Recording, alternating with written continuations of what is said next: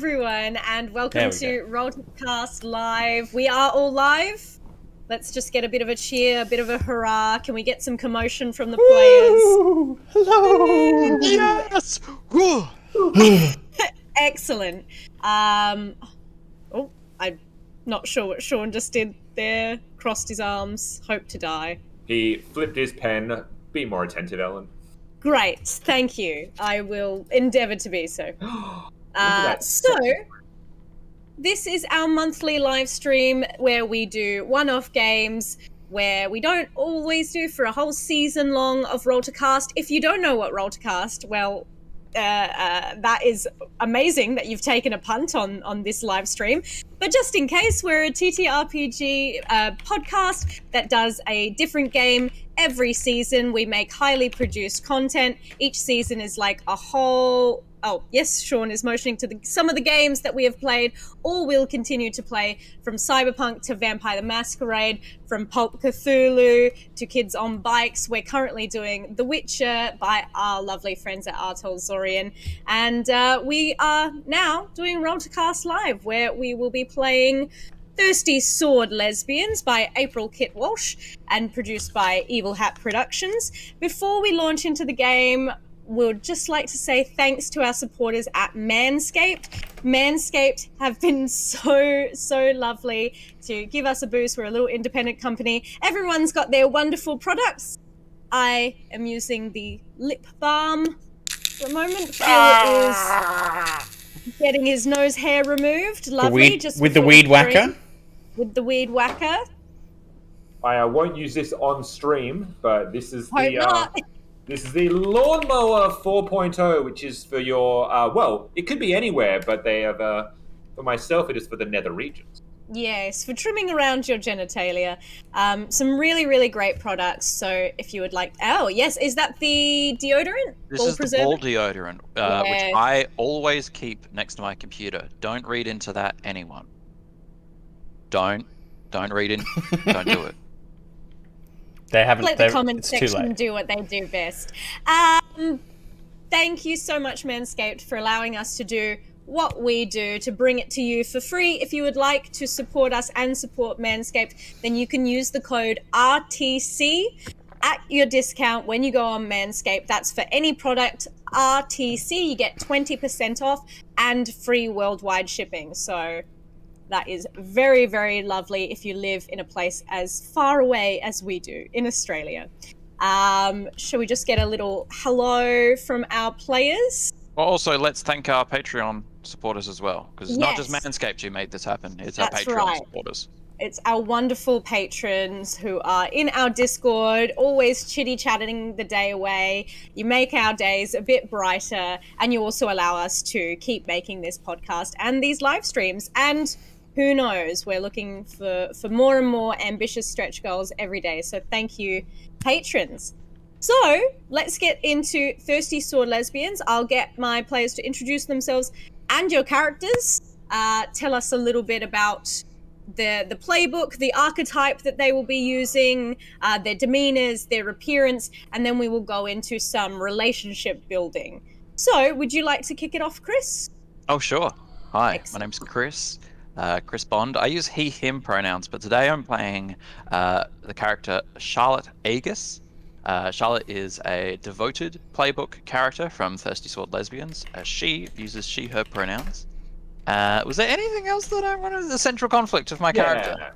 Central conflict of my character is that being a devoted, Charlotte is struggling with the person or idea that she's devoted to, and that she has to look after herself. So she's caught between an internal struggle between looking after someone else and looking after herself.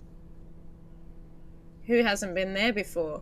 What about your aesthetics, Chris? Yeah, oh, what does my she look aesthetics. like? Oh, right. Well, she's a very hard demeanor. She's a very hard woman. Mm-hmm. She has this full plate armor. It's very cool. And she also has a big flat sword. No, it's not like a rapier. It's nothing like that. It's a big broad, like a cleaver, but like a big cleaver. Like the you know what? It's it's like an elegant version of what the Uruk-hai wield in Oh, Lord of the yes. Rings. You know, that sort of thing. Yeah. I know So it's like exactly what you mean. it's a shiny one of those. So good for parrying, hacking, and defending. Great. And I'm devoted to Countess Foxley. Fantastic. Well, we'll throw it over to Phil then. Hello, yes, I'm Phil. I also use he, him pronouns, but Countess Foxley uses she, her. Countess Foxley is the infamous, which means her central conflict arises from a tortured and terrible past where she was a very jealous and possessing lover. And when people wronged her, perceived or otherwise, she would destroy their reputations at court and have them run out of town. But she's realized the error of her ways, and now she has to live down her past and forge a new future with new ideals. So that's Countess Foxley's deal. She's very haughty. She's a noble by birth, and despite her change of heart, she is still can be rather disdainful of people she doesn't like. She wears fine clothes. Think of Tissé de Vries with her high-necked collars and tight bodices and very well fitted clothes that are fine but not ostentatious. And her sword is a dueling rapier, an heirloom of the family that she can carve through the air rather quickly. So yes.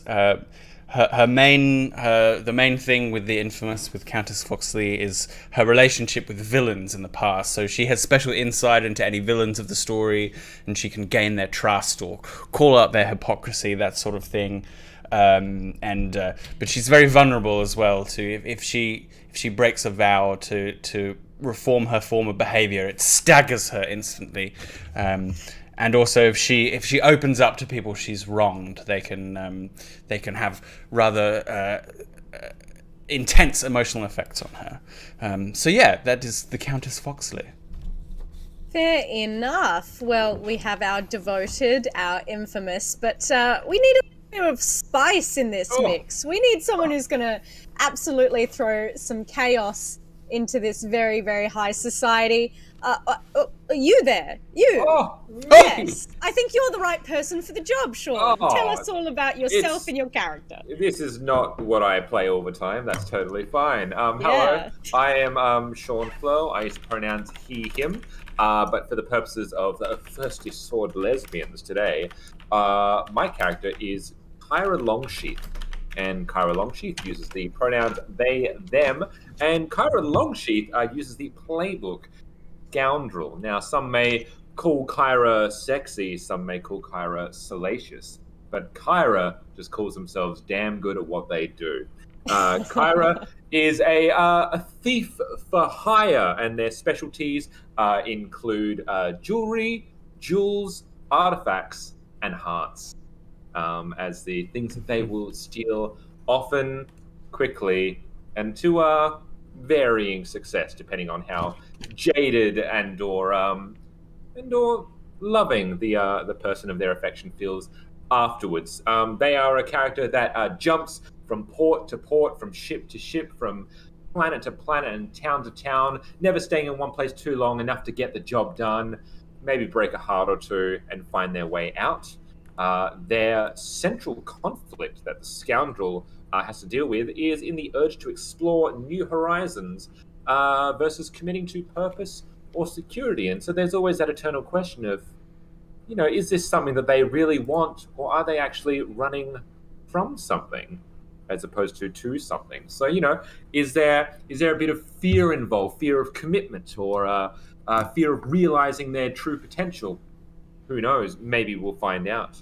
As far as the aesthetic of Kyra Longsheath, so as I've kind of alluded to, there's a bit of a provocative demeanor, bit of a charismatic and flirtatious aura that they give off. Tight clothing. Here's the thing. I'm thinking of a mix between Han Solo. And More like Solo, more like Fran Solo. Yeah.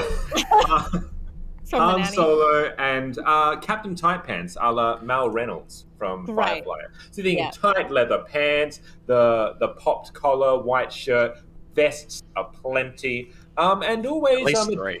at least 3, if not Yeah. more. We'll see if there's a quick change that occurs. And adorned with certain like artifacts, a pocket watch from Jupiter, and also a rapier, but it is a famous sword because this, or so they claim, is a rapier that was forged from the rings of Saturn themselves. And it is priceless indeed and is always on their person. And yeah, that's pretty much Kyra Longsheath in a nutshell. Fantastic. Yeah. Thank you, Phil. Yes, we have commitment phobes, vests, devotees, and devoteds. It sounds like a lesbian story to me. I will wrap it all off. I'm Ellen, of course. I don't think I introduced myself. That's always an important thing. I am Ellen, and I will be the storyteller or GM today. The GM in Thirsty Sword Lesbians is often known as the Gay Master. Very Great. enjoyable. That's Quite great. droll. I love it. Quite droll. And my I get it. pronoun. Yes, thank you. My pronouns are she, they. Of course, I will not be playing this game. I will be interfering. I will be throwing romantic curveballs at my lovely players. So, just for a setting, this is a world full of adventure through planets, through galaxies. There is a sense of swashbuckling, of social intrigue. Our story is going to be quite contained. It's more historical and royal and social etiquette drama based, but we can of course include those influences as we see fit. This is a game that's not going to focus on elements of homophobia or any kind of outright antagonism of those things. We're not going to do that in this story. And of course, if any of my lovely players or even myself are feeling uncomfortable, we can always use our lovely X card, which we will just do by deal or no deal style. We have a very strong like level of trust established between us, Yeah. and we know each other's boundaries and stuff. So if you were to play this yourselves or any game, make sure you set expectations and put all your safety tools in place yourselves. It's a good practice for any game, but especially when the heart is going to be bared like this. I was going to say, we're playing with one of the most dangerous weapons out there. It's the heart. So, and it's the first thing in the Thirsty Sword Lesbians book. So, make sure that you do that when you're playing. Sorry, it's just because I've got the stream happening at the same time. As soon as you said we're playing with the hearts on our sleeves, it gets to the point where Chris just goes, "Ah!" No, stop! No. Pretty on brand for me, honestly, because when Ellen said it, I was like, a gun? No. Most dangerous object in the world? A gun! There's only one thing worse than a heart: a gun. A gun? No, Chris. No. Think more metaphorical. Okay, well, let us go into how our characters know each other. There are relationship questions. Since we are not doing a full game, we're only doing a one shot. You can pick one question from your specific playbook relationship questions that you see fit and apply it to another player's. You also can choose how many strings you will give to your fellow players between 1 to 2. Strings are things in this game that allow you to have sway, know how a person ticks. You have a string connected to their heart that you could pull at any time. So that is up to you. Let's go reverse order. So let's start with Sean. Yeah. So tell me what you think of this. So one of the scoundrels' questions is, who were you smitten with until recently?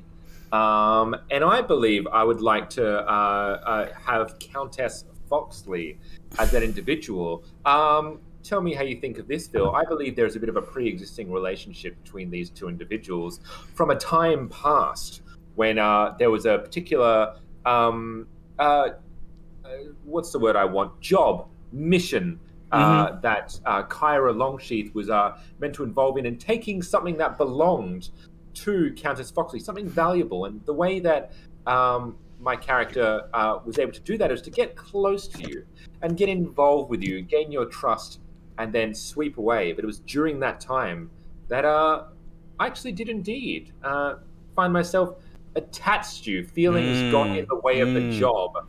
And so I had to force myself, once I think it was a precious jewel that belonged to you that I stole for you for my employer, and I just had to tear myself right away, from my bosom, rob from your bosom, and I left a part of my heart there with you because I couldn't let it get in the way of the job. I just couldn't. And look, Countess Foxley is used to doing the betraying, not being betrayed. So yes, that stings particularly strongly, I think. Lovely, lovely. Would you like to assign some strings to Lady Foxley now? Oh yeah, or would you rather wait until everyone's done? I was going to say, can I just put one string? Because I think maybe there's just the slightest hint of something still there. You giving me a string? It's been a couple of Great. years, and maybe it's more so about you are more so spurned than anything else. Right, okay, I've got a string on you, great.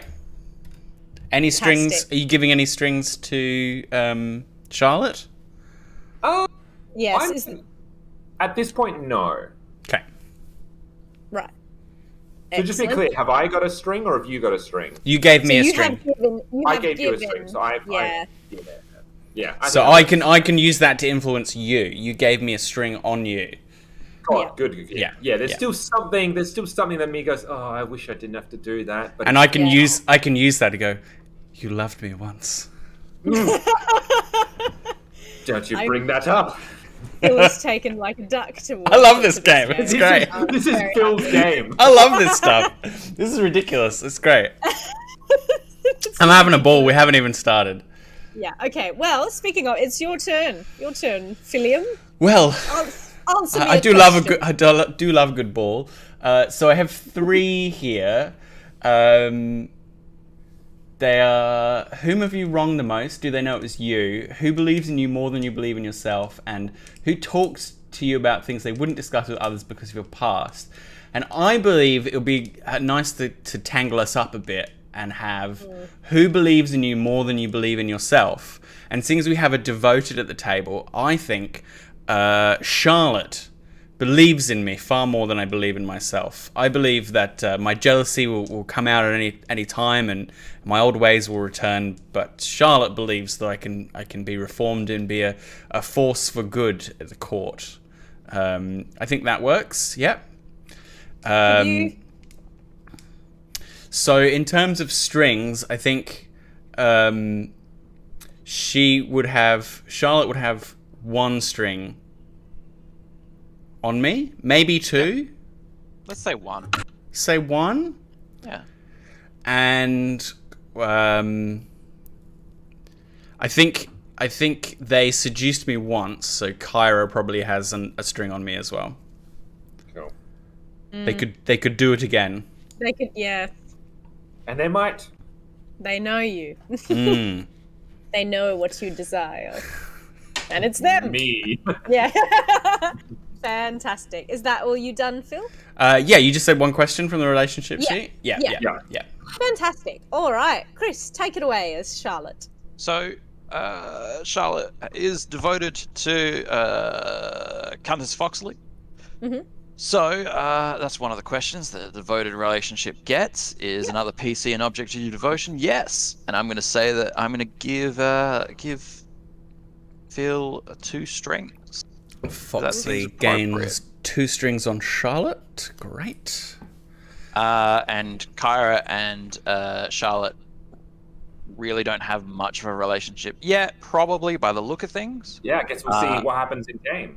Yeah, and maybe there's a chance of a love triangle or something like that. So we'll see what happens. So I'm thinking 0 strings to Sean. That seems right. Yeah. I like that there's one relationship that hasn't been established, so we can see how that plays out. Yeah, Maybe likewise. sparks will fly. Should not throw this up in the air. It's a very valuable document. I shouldn't throw it in the air. Anyway, I won't say Right. what it was. It's that valuable. Okay. Well, now we've done with that. Everyone's happy with their relationships to each other. Yep. Feels secure. Happy as Foxley. Fantastic. So, on the first Sunday of the month, it is beautiful in the kingdom of Evermore. The springtime is coming to fruition. All the sort of animals are scurrying around. Their fruit is all bearing from the trees to the animals. It is a gorgeous, gorgeous kingdom that has a lot of produce and natural resources. You all receive a letter. It is perfumed. When you open it, it smells like lilacs and fresh cut grass. And it is from the queens of this kingdom, Petrichor and Sunny. And they say, to my beloved, hopefully, guests, as the blossoms are blooming, so too will our beloved daughter, Princess Merryweather, on this her 21st birthday. We invite you cordially to the kingdom of Evermore to celebrate, to have fun, to enjoy yourself, and to all raise a glass to the wonderful shining jewel of this kingdom. Where are you all when you receive this letter? Are any of you in each other's presence? Well, I'm at Foxley Manor, obviously. Obviously, of course. In taking tea in the gardens. Yes, someone brings it to you demurely. Possibly with an extra scone. Yes, my because it's that time. my butler brings it to me with the Says, scone. He does a very, very, very deep bow, so much that his nose almost grazes the grass. Careful of the scones, sir. Oh, yes, of course, lady. A letter for you from the queens. Excellent. I shall open it at once. You're dismissed. Yes, of course, lady. Is anyone, either of you with me? I will not be. Okay. I feel there's a nice little thing. Sorry, it also sounded like you said I will open it once. And not twice. Only the one time. Well, you often only open a letter once, but I do like that as a phrase. I like the specificity. Just the once. Just in case someone's power gaming you or like trying to meta game. I opened the letter once, not twice. Yes. Yeah, I think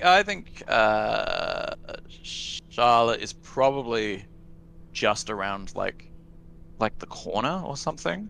Mm-hmm. Yeah, exactly, Sean.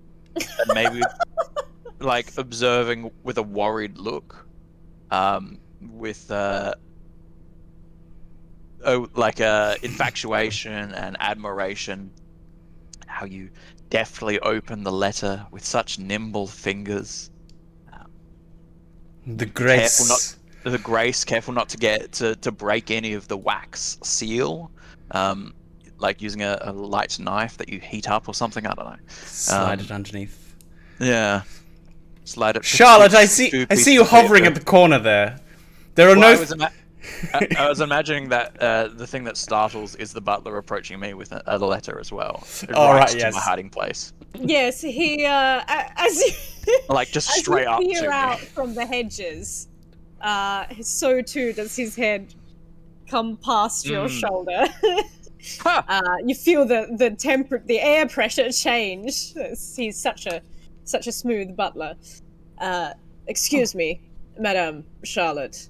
You too have received a letter from the queens. Smooth butler, I have asked you not to do that before.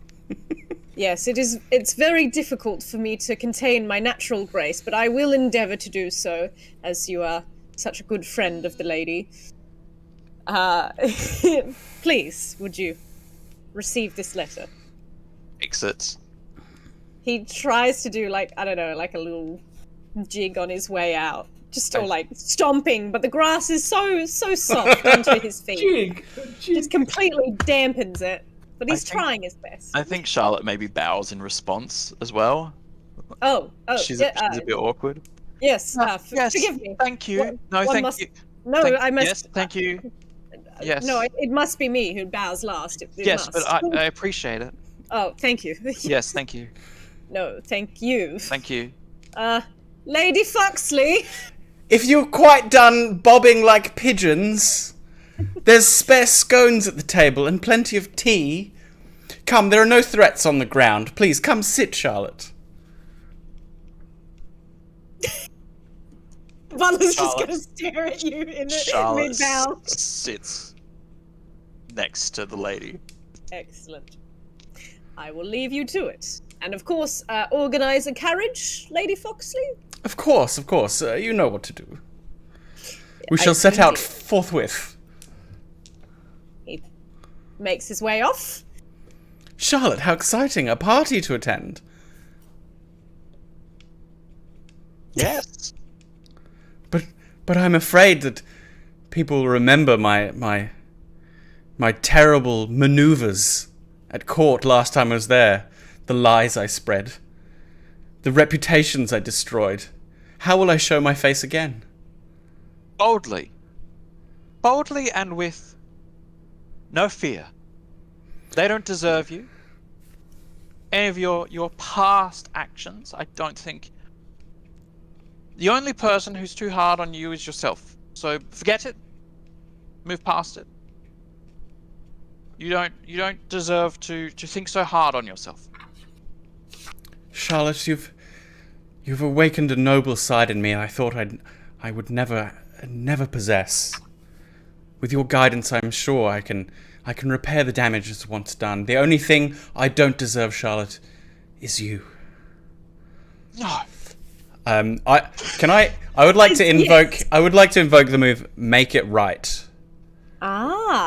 Would you explain to me that is a playbook specific one? So we didn't necessarily say that I'd done this, but it says if you allow yourself to be vulnerable to someone you hurt during a villainous past, and I wonder if that's how she became devoted to me. Is I did something terrible to her, and she forgave me, and that was the beginning. That was the beginning of my path back. Sure. Yeah. So it does sound very much like a devoted person. If you allow yourself to be vulnerable to someone you hurt during your villainous past, they choose one. So, Chris, you can decline to engage and gain a string on Foxley. You can lash out, staggering Foxley. You can choose to guide me, and you mark an XP and give me a task to make amends. You can show vulnerability yourself, and you take +1 forward to any interactions with me. Or you can forgive me. We each clear a condition, and this move no longer triggers between us. It's a lot of choices. It's a lot of choices. So decline, lash out, guide me, show vulnerability, forgive. I'm going to show vulnerability because I think that's most appropriate at this point in the narrative.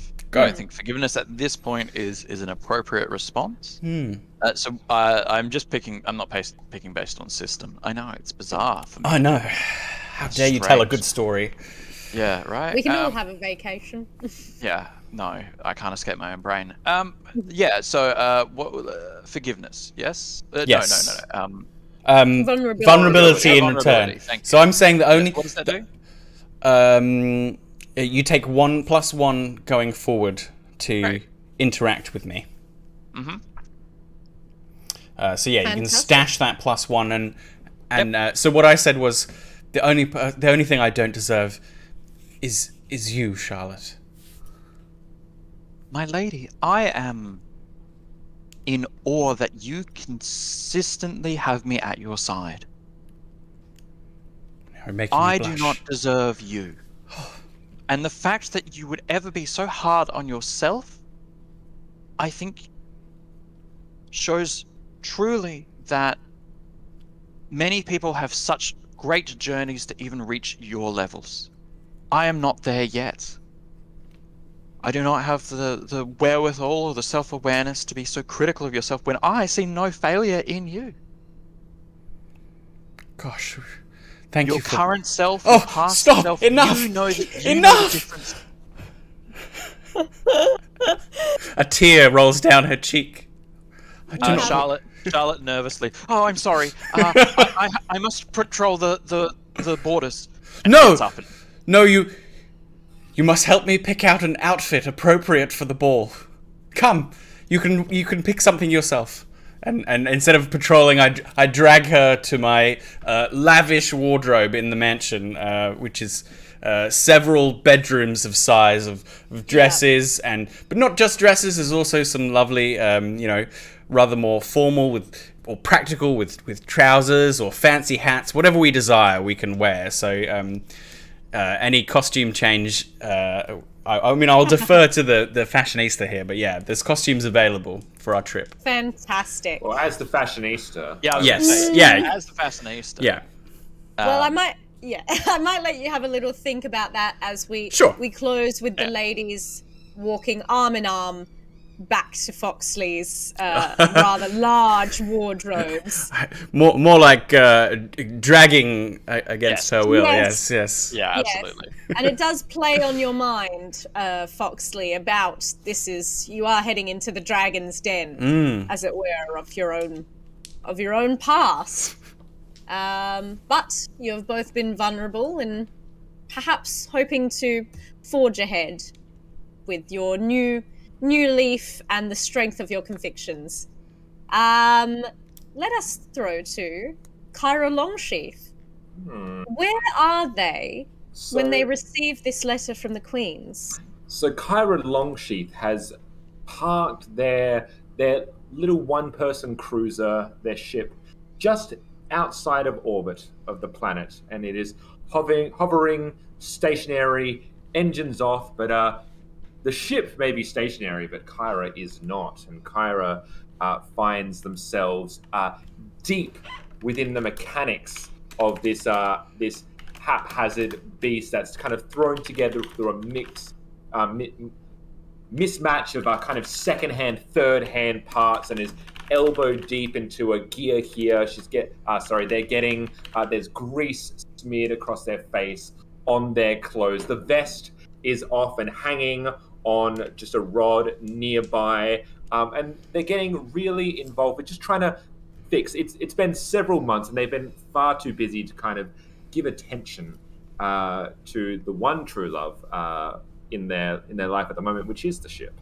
And it is at this point, as their head is like kind of on one of the, almost like a skateboard roller, like their back, and they're underneath the hood of a particular part of the ship, that the another kind of second-hand part of their ship, which is almost like a robot, like a drone of sorts. It's like kind of been put together through a stuffing of different parts that don't really quite match together, and has a limited amount of kind of like AI functions that is going to present them. It's got a very steampunk aesthetic. You've got like an exhaust coming out from what you'd assume to be its head. It's got little roller wheels like on the bottom. There's 3, and it's kind of wonky as it just kind of trottles along and peers over just where Kyra is. And that's when this bot, which I'm going to name Plosion, as in Great. implosion.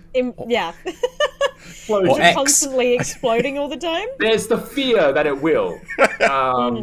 It's happened once before, and they think they fixed the issue, but they're not entirely sure. So there's always like a sense of like, We both have butlers. I love it. Yeah. So I feel Plosion will deliver the message. Yes. It trundles along, sparking slightly, as it offers you a letter in its janky hand. And Kyra reaches out, their heads still underneath the circuitry, and says, "Thank you, Plosion. 3 steps back, thank you. You know the rules." You're well. Come. And it trundles back off. I really need to fix that voice box as well. And I heard that. Sassy robot. We love sassy robots. Said with love, Plosion. Said with love. Don't You break know the I circle. cannot feel love. Sad, sassy robot. Neither We can I, have- Plosion. Neither can I. Oh, Good work, Sean. That's fucking rad. I love that. And this kind of, I feel it's definitely now in the claw of Plosion, this crumpled up letter, and Kyra unravels it, reaching up, taking a swig of a coffee that's in a metallic mug that was kind of sitting on the banister there, takes a swig, wipes the coffee from her face, which puts a little bit more grease upon their cheek, and starts to read the letter in question. You read it out. You see an opportunity here to get in amongst high society. Sorry, I said all this just as I popped a sour worm in my mouth. No. Playing on challenge mode. Yeah. High society. A chance to influence very, very influential people, the royal family of the Kingdom of Evermore. Not to mention the precious jewels that they may have. I was going to say, kind of peruse about the mansion, unfortunately have to hobnob with a few higher beings, as it were. There's a potential to dig down into the depths and pull out some valuable assets, as it were. How many broken hearts are going to be there? That's the calculation Oh, there, right? How many broken asses? At least 9. Everyone in the court. Don't break Right. asses, friends. And so Kyra, Fine. Kyra, having read the note, crumples it up without looking, throws it against a wall. It hits the wall and goes neatly into a basket. Do I have to roll to that, or will you just assume that I am competent enough to get a cool little Kobe shot in? I do do a little roll because I just Yeah. want to see what your mood is heading into this place. Are you going to be Alright. stormy and tormented? Are you going to be under stress, or are you going to be a cool, calm cucumber? So what should I be rolling for this? What stat am I That's- going to be using? Surely that's grace. Got Yep, to I be. thought so. It's Great, just- great, great. Yeah. By the way, we're Elegance, using agility. the Powered Against the Apocalypse system, so that is 2d6s that we're rolling at all times. I love that you said against the apocalypse. Is They're powered powered by against the apocalypse. That is going to be. So I have a Yeah. +0, so that was a 7. Ooh. Yeah, so you managed to think it, but there's just something perhaps it, as you walk past the waste paper basket, there's a phrase or a wording that just sticks in your craw, or there's something about this invitation that has unsettled you or ruffled your feathers. What is it? I think I can that come what up with happens is as they go past the waste paper basket, they happen to spy what was the shred of a newspaper that was also in there, and on the front they don't bother to read the article, but because it is from the planet or the land that they are nearby, it just says the word Foxley. And they kind of just notice, so like whether that is, because Countess Foxley, is she a known figure? Is she, The Countess, Yep, yes. right. Oh, yes. Absolutely. if she's on planet, that would be news. And I think it's just that moment where they stop, and there's just that, not quite a pang, but just like that shiver that goes down their body as they remember spurning Foxley, in what feels like a past life. It was only a few years ago now, but the memories are still there. This was a past mission, the one mission that sticks with them, because it wasn't just a mission, was it? Well, As much as they'd like it to be. well, One the that got away. thing is, the Foxley you knew back then was a terrifying spectre, who, if you crossed, would seek to destroy you. You probably spent a year running from Foxley's hired agents, even. Well, that's it. Yeah. And that's why there's no other person on this ship. That's why there's just a Plosion for company, because they can't trust, because Foxley's eyes and ears could be anywhere. Yeah. But as The woman with an iron tongue. as it turns Clang. out, the only thing that's left of Foxley is the strings that were pulled. And so they shake it off. They reach out and grab the grey vest that was sitting on the rod, flips it up, leaves it unbuttoned, and walks out to head to the cockpit and head towards the place. I was hoping you would say a particular line that scoundrels like you say in this situation. Oh, yep. Okay. Then as they start to leave off, they just go, into the foxhole we go. That wasn't it. That's better than whatever. It's better. It's better. Way better. I don't you care just what you thinking had. That's I've got a bad hilarious. feeling? I've got a bad feeling about this. Yeah. Yeah. But no, that is okay. better. Yeah.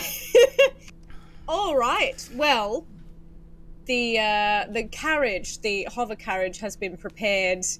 The two ladies are en route. You are all heading towards the castle as you make your separate ways, and as the carriage hovers ever so slightly off the ground into the open fields, all of flowers blooming in various colors. You pass rivers and creeks through the large golden gates of the palace evermore. You come to a stop.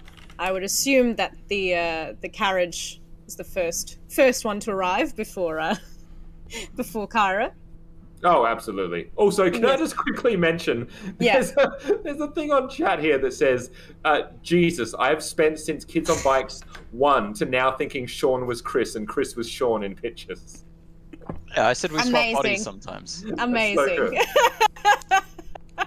Why we do Rollcast Live, baby. I'm sad to have shattered the illusion. No, we are all the same person. We just occasionally Maybe I have to just coordinate our interdimensional powers together.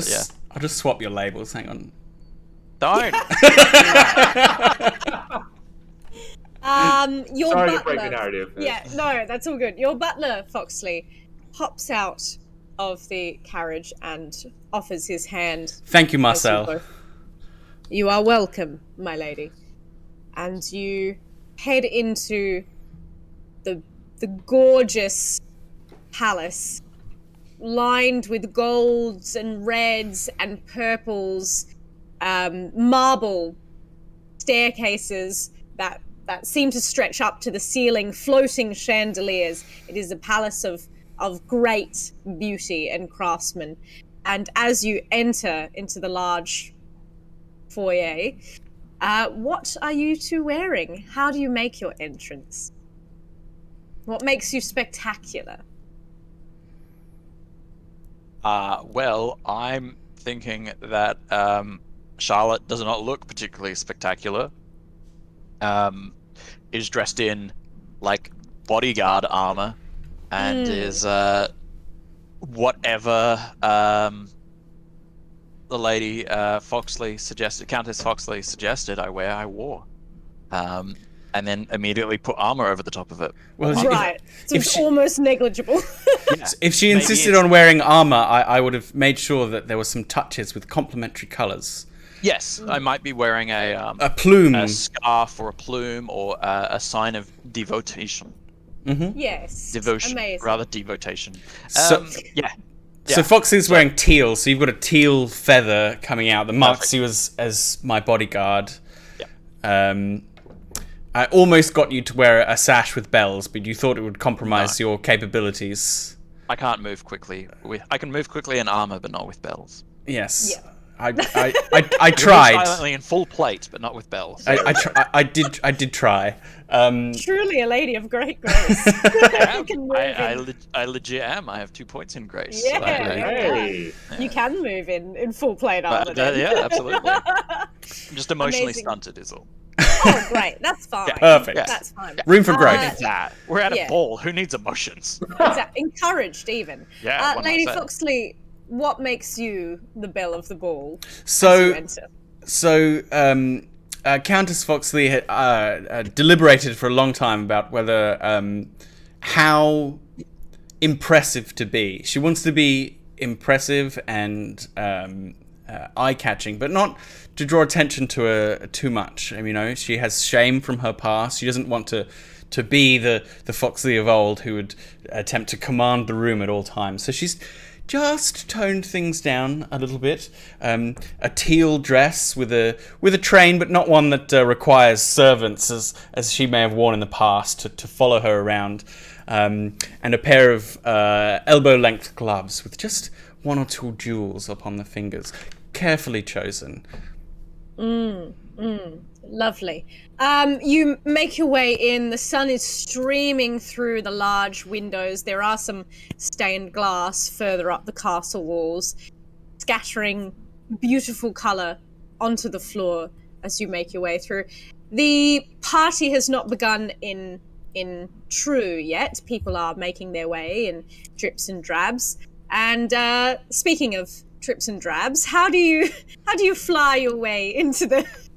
Do you get out and walk, or do you bring that clanker all the way in? I imagine. Do they have a valet? Here's the thing. There's a place where there would be valets, and there's several. There's like a myriad of carriages and beautiful vehicles of such that are lining up to be valeted away. And when there's like an open spot is when the ship just clunks in. There are no, like, you shouldn't be bringing a ship in because there's carriages, there's horses, there's such, and then there's just this. Maybe there's one space yacht though to contrast yours. Yeah, there's a noisy this noisy clunker of a one-person craft just kind of comes in, and they see a valet individual kind of start to come towards, and they just go, "No, I will park this myself. Thank you very much." Oh, it's customary for guests of the ball that we take care. Of course, there will be everything will be taken care of. And are you already gone? And they'll just say, "Oh, trust me, you couldn't handle this." Oh, quite taken aback at that. It's unusual to have people not want to take all the convenience out of their day. and they'll just they'll lean forward, kind of like one arm. Like I imagine the part of the front window is just kind of like open up, and they'll just lean forward, look down, and goes, "You're happy to? You can take a ride with me, and I can show you how to park this in the most effective manner."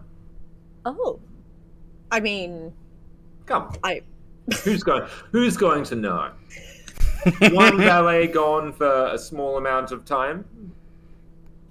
Shit, I feel like this is an entice move if ever I heard one. Oh, let's do it.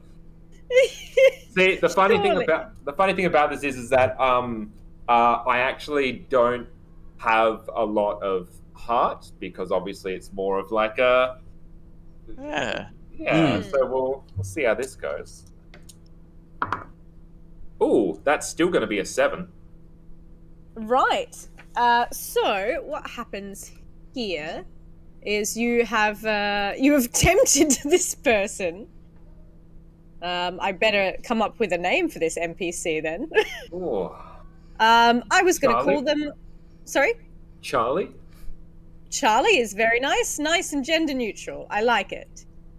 Let me just look up the entice move. I have so it here. 7 to 9, gain a string on them unless they decide to choose one of the following, which is get flustered and awkward, promise something they think you want, or give in to desire. I believe Charlie flustered and awkward. Or gives in. Yeah, I was like, it's too saucy too early. Too saucy, okay. No, I really have to.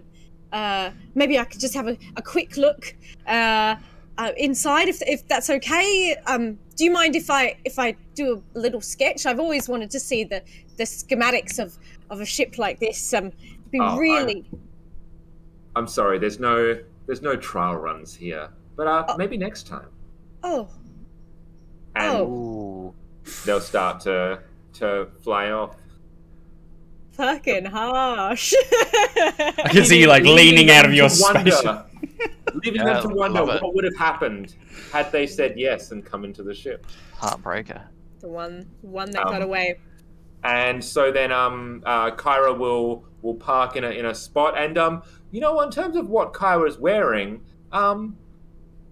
this is good enough. Yeah, throw on a brown long coat that goes all the way below the knees, and that's pretty much good. Doesn't need to change anything.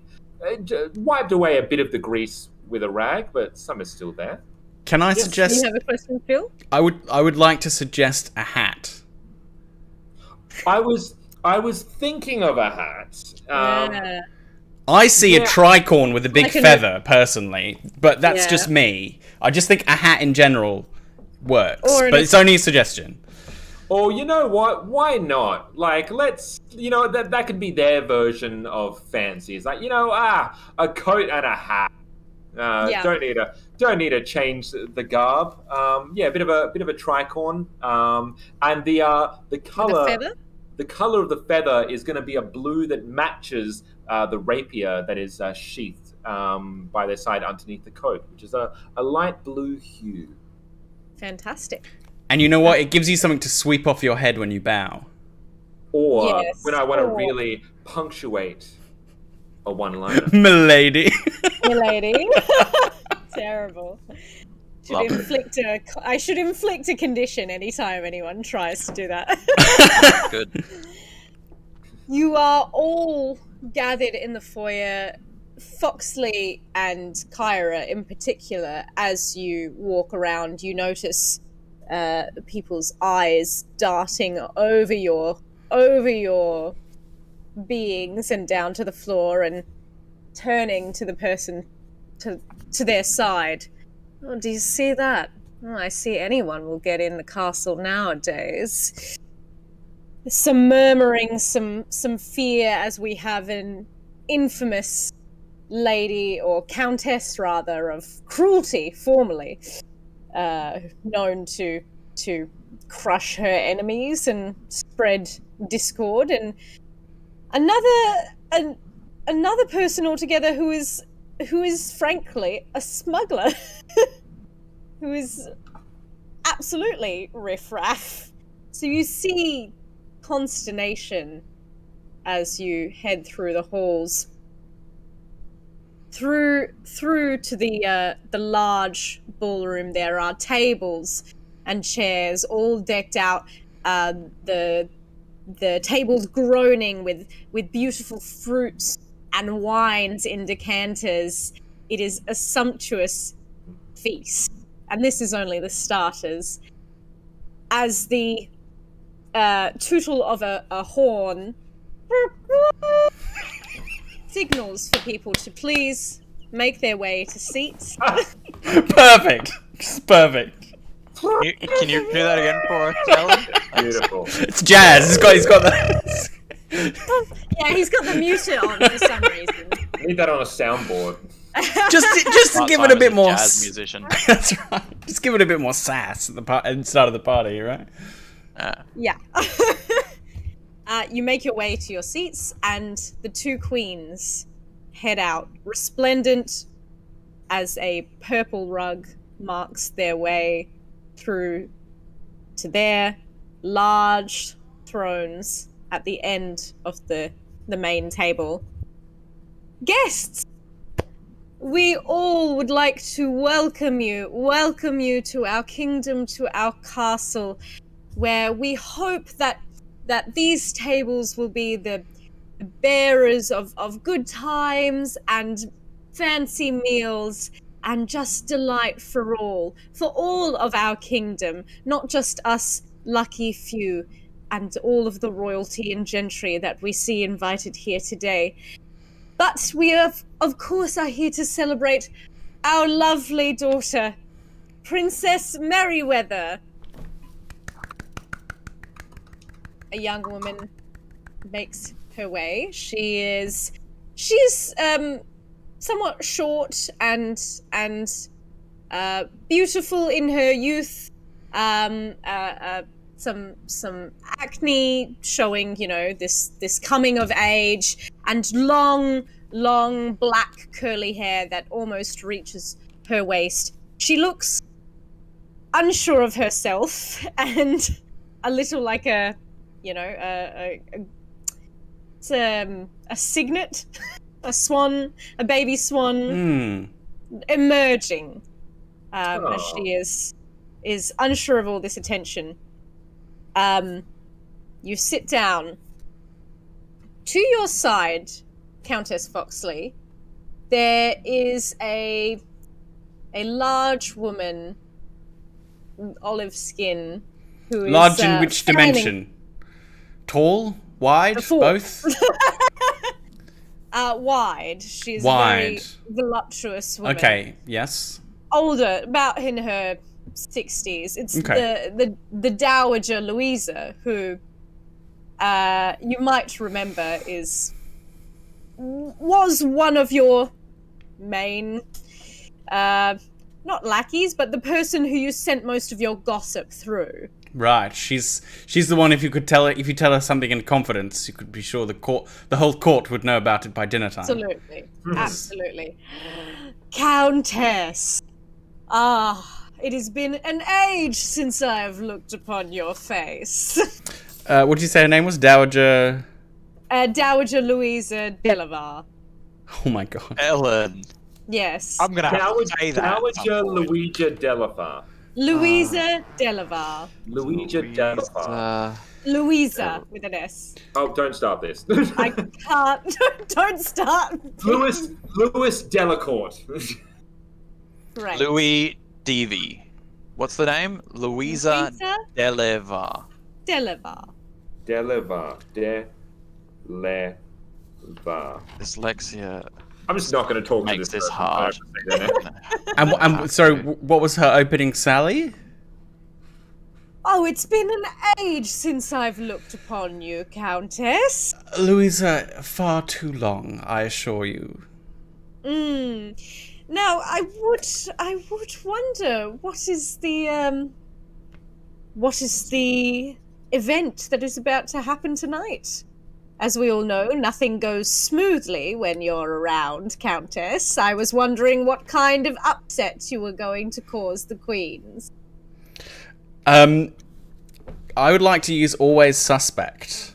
Okay, so when you pretend to be a villain to win a villain's trust, she is a villain. She's a spiteful lady. They trust you enough to offer you an opportunity, and you gain a string on them.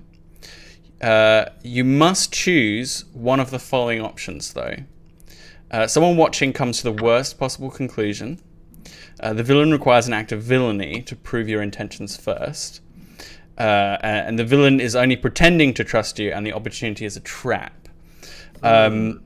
So I think someone sees us and believes I'm up to my old ways. My old co-conspirator. We're already chatting away, and we're already... You're leaning over your fans. It's yes. Oh, yes. She's back here to ruin everybody's fun, destroy reputations, and crush the opposition. So I think that's what it is. But what I lie to her is I say, yes. Well, I couldn't have another matchmaking for the princess in this her first foray into the wilds of the court. I intend to make sure that one I control is placed at her side. So I get her trust. So I get a string on her. Yeah. And she's going to offer me an opportunity of some kind. My dear, you and I have quite the similar proposition. As you know, it was a nasty thing, them kicking King Alder to the curb, and I don't care what he did with that other lady, if it can be so said. I wouldn't ever believe the king to have an affair with another woman, but as we all know, that affair procured a child. Now look at that Merryweather. She's not fit to rule.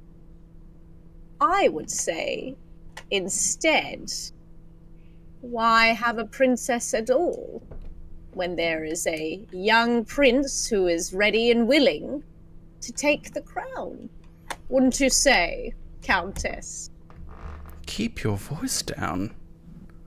Oh, Gosh, well, once you get over a certain age, my dear, no one seems to listen to you unless you're shouting in their face. And is this... I must confess I've been away from court a while. Is this somewhat of an open secret? Amongst those who know. Amongst those who know, darling. And she's going to take your hand in both of hers. And as you open them, you see a frilly white collar. You'll notice a few of the court wearing them tonight. And if you would like to talk further, I would suggest that you don that.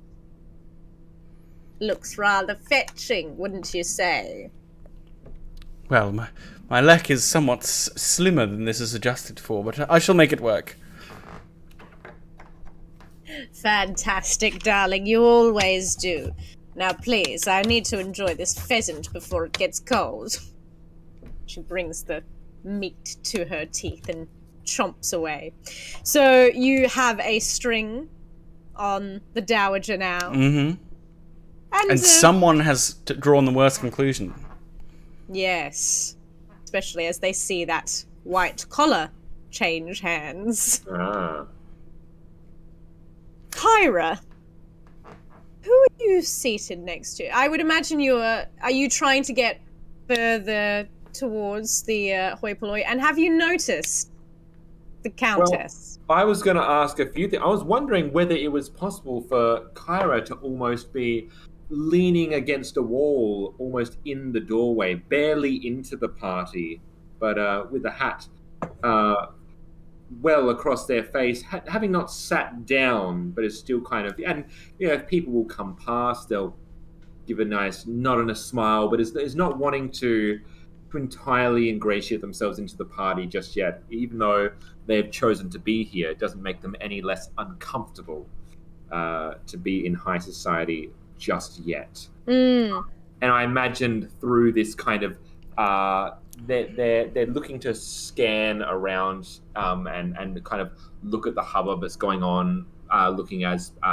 Merryweather enters the room, and Merryweather immediately catches their eye, and they start following this person with their eyes from the moment they come in. It hasn't almost the idea of a mission and the idea of getting a jewel or getting a artifact seems to dissipate as they seem to gather a new mission, some new intel in their mind, which is to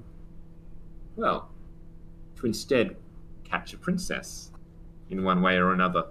And while these thoughts are fettering around inside their head, and again goosebumps start to run up their arms as certain thoughts begin to permeate through their head, they are somewhat frozen at the sight of an old flame whispering to an old conspirator as the worst becomes apparent, and they noticed Countess Foxley sitting down.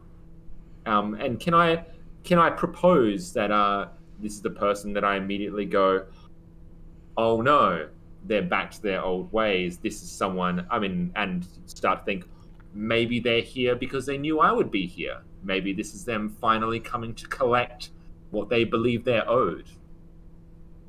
Absolutely. Yeah, you are taken aback by these two powerful women who can run circles around the court. And as you fiercely stare over, perhaps your eyes meet, Countess. Kind of long sheath. as I live and breathe. And how far away are we? Is this across the room? Yeah, this is definitely across the room, looking longingly. So I think there's a moment where they look at each other and they stare, and I think 1,000 things are said without a single word being uttered, and then Kyra will just tip the hat further across their face, hoping that maybe they just thought they noticed Kyra, but maybe perhaps this is enough to obscure their face, and Kyra tries desperately to break the eye contact of the Countess. And Charlotte, do you see there? The great jewellery thief. How did she get an invite? Did you know I tried to have her killed for a year? They. Do you know I tried to have them killed for a year? I do. I remember trying to kill them for a year. And then you convinced me that revenge was not the path. You suggested in a moment of introspection that was the best path. I merely agreed with whatever you say. You're Countess Foxley, you're never wrong. Never ever wrong. You have such an influence on me. I can't help but attribute my changing of ways to you, even if you're just merely a mirror. Sounding mirror. I reflect your best qualities, my dear, my lady, my count. Despite her stealing the Emerald of Venus, I wish her to know that I've forgiven her. How do you propose I go about it? I do not them. Have you forgiven them? Sorry. I do not think you should forgive them. They should approach you and ask for your forgiveness. That is not the way bridges are repaired. Even if we feel wronged, we should reach out and try to forge new connections with people, and be bold enough to lay aside any wrongs perpetrated against us. But another matter, Charlotte, I believe there's a conspiracy afoot. Conspiracy? Those wearing this collar, I believe they wish to usurp the crown and the princess, and supplant her with a bastard prince born of ignominy. Well, those are very fancy words, and I understood only half of them. Like I say, you're very wise. What is your suggested course of action? It was just utter confusion at any idea that Charlotte should be giving advice to. But that's the relationship. I love it. Foxy just talks at her until she arrives at the right conclusion. Yeah. Well, we must. As part of my devotion, my devotion principles are: Countess Foxley is always right. Countess Foxley shouldn't be harmed. Countess Foxley's honor cannot be besmirched. So, oh, that's so good. Those things aren't going to happen, Phil. You're always right. Well, we must find out who is a party to this conspiracy. They all wear the collar, and then we can infiltrate them and perhaps expose their dastardly plan. All while finding the young princess a more suitable match.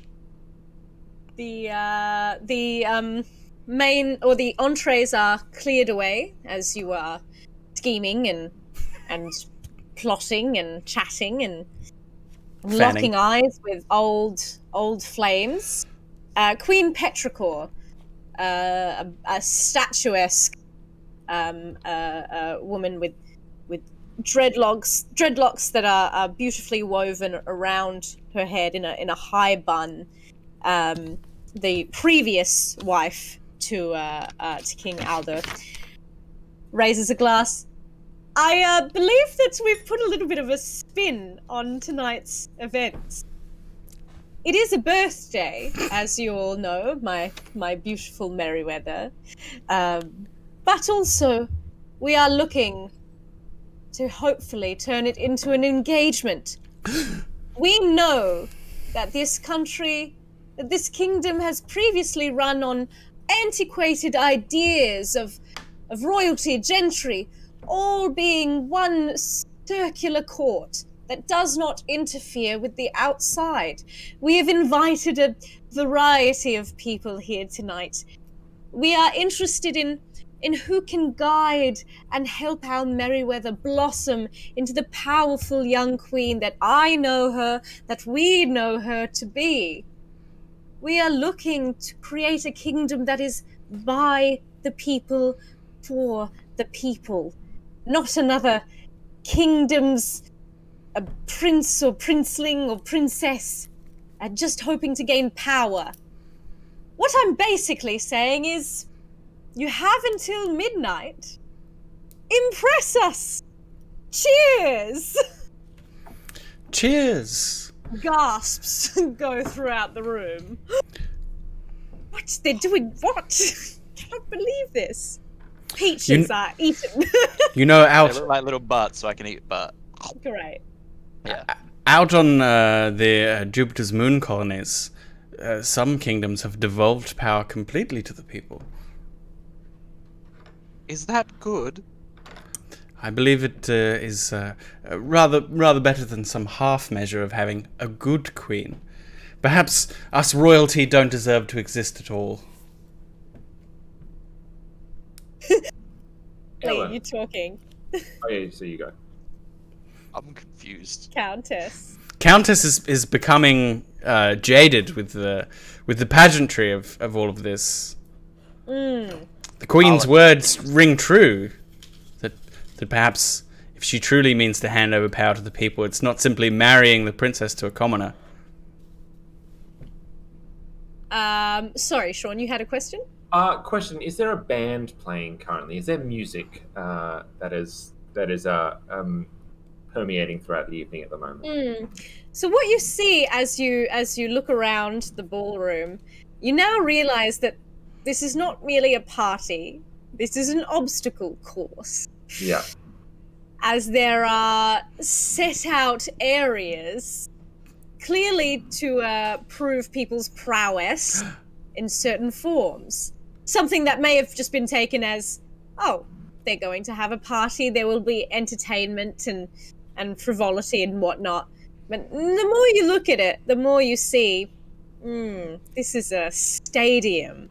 So there is a small platformed stage, kind of to the far center to the center of the right room, the right side of the wall. There are stringed instruments, brass, a array of instruments there waiting to be played. There are easels and various painting or sculpting tools. There is clearly what is laid out to be a dueling station. So there's no one using the instruments at the moment. There's no one using the instruments currently. I like the way you're thinking. So you know what? Let's Let's try one of my playbook moves. This is going to be Fools Rush In. So Fantastic. Fools Rush In, and I'll let you know mechanically what's happening, and then I'll let you know what I'm going to attempt to do. Great. When you vault into a situation without forethought and wind up way over your head, give someone dangerous to you a string, marks XP, and take one forward to defy disaster.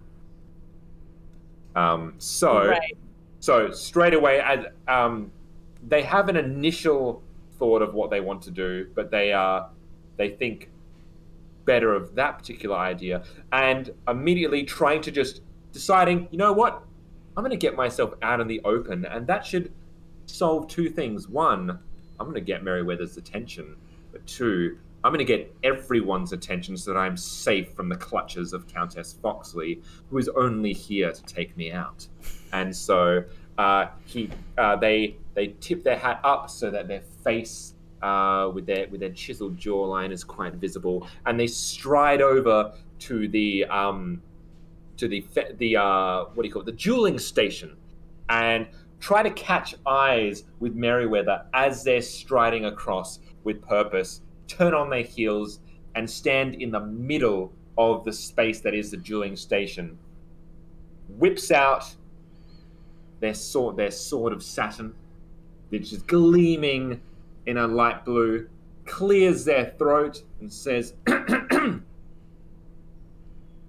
in honor of Merryweather, sorry, Princess Merryweather, and locks eyes directly. It's that thing of don't use the formality to gain their attention, because if you just say Merryweather, they might be Yeah. and look straight into Kyra's eyes as, my apologies, Princess Merryweather, and gives a slight wink. And I challenge anyone here to prove that they're better than me, and gives a flourish and a flick. And I'm also going to try and use my other playbook move. I'm going to use all of them here, which is the impressive sword play. So I have to roll a fight. Whenever you roll a 7+ to a fight, you may gain a string on someone who is present and ask that player what it is about you that has impressed or intrigued them. I'm wondering if I can use that on Merryweather to see if I can impress them. They are present. I'll allow it, and you are dedicating this fight to her. All right. So the Fool's Rush in, you've just given someone else a string. Someone that is dangerous to me. I may not even know who that person is. I don't know who's at this party. I've literally just made myself the center of attention and declared openly, and being the first one to basically say, I'm gunning for Merryweather tonight. Fantastic. Well, I would say that the person most dangerous in this room, maybe not even specifically to you, is Julia Duchamp, who is a master soprano. Damn these names. Was it Julia? Julia. Julia, that's it. Yeah. That's what I got. Julia. Duchamp? Duchamp. Yeah, imagine that you're writing champion. Duchamp. Champ. All right. Duchamp. Right. Champagne. So yes, I'm both doing that, and I'm also simultaneously trying to use my impressive swords play to potentially fluster and gain the intrigue of one Princess Merryweather simultaneously. Oh, I see that someone has issued the challenge. Fantastic. I was wondering if my sword was going to continue to rust in its hilt all night long. The Lady Duchamp stands at the table, cracks her neck. She is a tall, willowy woman with fiery orange hair. And you would have, if you are so lucky to have seen her perform arias that are bold and shake the room, but also she is known to be equally bloody in a duel. And also I will let you know that I did roll my fight, which was a 7, and I apparently get to, when you roll a 7+ to fight, which I did, I gain a string on someone who is present, which I am hoping is Merryweather. And if that is the case, ask that person or player what it is about you that has impressed or intrigued them. So the Lady Duchamp stands, draws her dueling sword with its wonderfully intricate I forget what they're called, to protect the fingers, the guard, the hand guard. Yeah. And she just simply starts charging at you. You manage to deflect her, and there is a moment where you are currently circling, where you might be able to approach the suddenly enraptured Princess Merryweather. And then they'll almost, out of the corner of their eye, look off at Merryweather and say, have you ever seen someone lose their standing in court before? Because I can't imagine this is going to go very well for Julia, wouldn't you agree? She's one of the finest duelists in the land. I've never even seen anyone challenge her. Well, you learn something new every day. Allow me to be your teacher.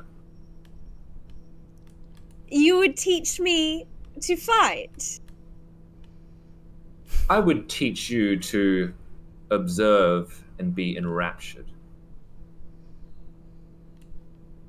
Well then, I suppose I shall observe. As she sits back, and what happens from there? Does the duel continue on? And then Kyra will turn to Julia and says, "Ready to be humbled?" Oh, I was wondering if you were ever going to get back into it. It looks like you're a bit rusty yourself, darling. Sorry, you're just quite forgettable. Well, it's the people I duel who, you can't remember someone when you're dead. I mean, some have called me a jewel thief, but perhaps I can be a dual thief as well. And flips a sword, ready to go. Boo. I thought exactly the same thing, Bill. I was like, do I boo this? Do I boo them? Fantastic. Would you roll fight for me? Oh, I would indeed. And do you Daring have a or plus grace? one going forward? Oh no, that's just to defy disaster. Defy disaster, yes. Yeah. Never mind them. That's an 11. Hey. Fantastic. So the jewel is in your hands. I would imagine that you would take out Julia's sword. Yeah, and I'm happy for you to describe it since you've. Oh, do you want to do the mechanics of it? Of a fight roll? Of a fight roll, which is going to be, yep. So because I rolled an 11, I get to choose 3 of the following, and you get to choose 1 to apply in response. That's right. So the 4 in question are flirt with or provoke your opponent, gain a string on them, through violence or cutting words, inflict a condition, create an opportunity for an ally through prowess or distraction, and take an object from your opponent or seize a superior position. So the 3 that I would like to use is, I feel, I've mentioned that I've been called a jewel thief, so I feel through the jewel, they're going to take a moment to play a bit of mind games and take something off their person mid-duel. I would like to, through the cutting words, I'm going to inflict a condition. What condition that is can be up to you. And I don't really have an ally at the moment, so that doesn't really make sense. So I guess I'll flirt with or provoke the opponent and gain a string on them. And I feel that that's, through my words, is how I'm going to end up gaining the upper hand on them through the course of this duel. It's the puns. They can't resist the puns. That's it. It's too powerful. Yes. And then you get to choose one of those in you get to choose one. Yeah, in response. Fighting always costs the fighter. Yes. Yeah. Always, yeah.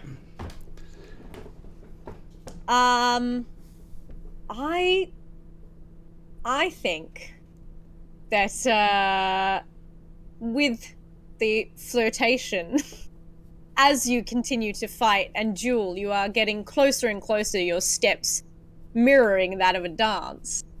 And I think it's natural that you two are falling a bit in step. That she may gain a string on you. All right, I'm happy with that.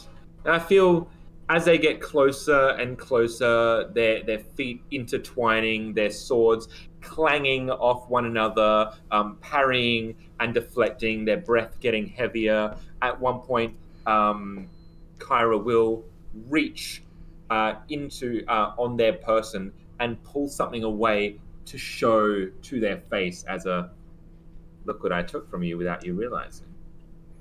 Are they fighting for the princess's heart or each other's?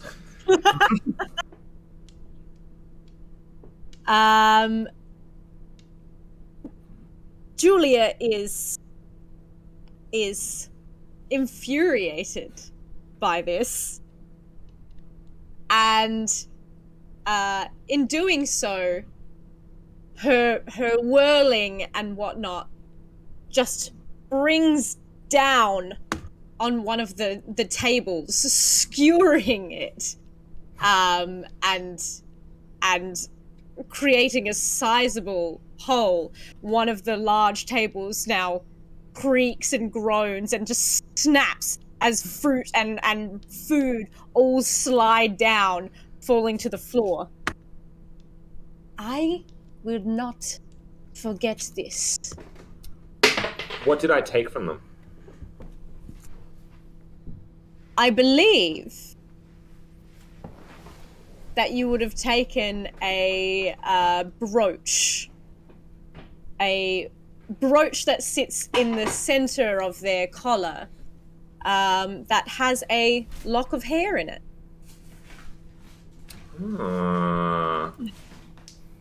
Throw my dice away. And then, as they kind of hold it up and goes, now that I have this, I guess I won't be forgetting you either. Yes. And perhaps this has been maybe too memorable. And Off you go. and she storms off angrily. I think Kyra will just glance back and see how Merryweather has responded to this this exhibition. She is flabbergasted that anyone could have bested Julia, one of the most famous duelists that she had ever learnt of, and she is just in awe. Bravo! For the Swordmaster Kyra Longsheath, everyone. And Kyra will take somewhat a bow, look over at Merryweather and say, I'm here till midnight. Well, I know your name, and hopefully we will speak more. Count on it. What is the Countess and Charlotte's reaction to this So what I large thought... scene? So, while I have chosen to mend my ways, I'm not sure that Kyra is the best person to take the princess's hand and lead the kingdom to a brighter tomorrow. So it's somewhat worrying. And what I thought might happen is, as Kyra bows, they turn to like sheathe their sword and leave the dueling arena. They come face to face with Foxley and her devoted bodyguard, just sort of putting an instant dampener on perhaps their mood. Fantastic. Kyra, What do you say?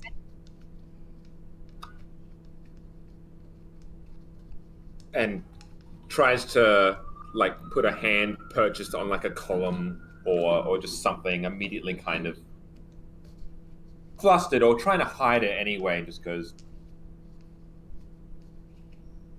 Foxley.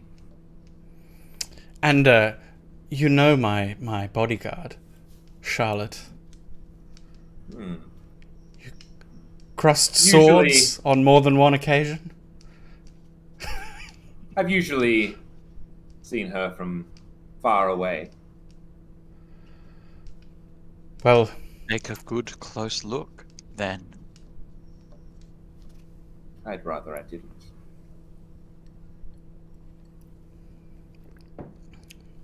They know how dangerous Charlotte is, as she draws strength from Foxley herself. So it's strange that even though you can see that Kyra tries to avoid the eye contact of Foxley, they even more so try to avoid the contact of Charlotte. now listen. Yep. Sorry. Listen here, Longsheath. The emerald I can forgive. But Princess Merryweather needs strong and honorable, a devoted partner to lead the kingdom to a better future. Someone like Charlotte. I'm sorry. I turned the lawnmower on by mistake. Oh, no. And I don't know how I did that. It was just buzzing in the thing, so I was very distracted. But more than this, the kingdom itself may be in danger, and Kyra, I believe I need your help. A conspiracy is afoot. Foxley, if you're trying to distract me so you can take me out again, you can at least come up with a better lie than that. Kyra, Either of you trying to... It feels like it's getting towards a heartstring move. Yeah, I'm wondering if I pull a string here. I have one string on Kyra, so I was thinking about maybe pulling that string. I feel immediately like, even though they're quite hesitant and trepidatious about this whole encounter, it does seem like there's already a new countess that they're talking to. So I can see that definitely intriguing and pulling on Kyra. So what I'll do is I'm going to spend the string I started with on you, and that gives me a few options. Find out what it... so offer them XP to do something. Find out what it will take to get them to do what you want, or add or subtract numbers from a roll. Now I want to spend my string and offer an XP to you, Sean, to join Foxley and hear out without bias her plea for your help. And so there'll be a moment when Kyra will look from the Countess to Charlotte and back to the Countess. All right, I'll hear you out. And looks around. Is here really the best place to do that? Perhaps we should powder our noses. You would like to head to the commode, the bathroom. Yeah, why not? Let's get a change of scene here.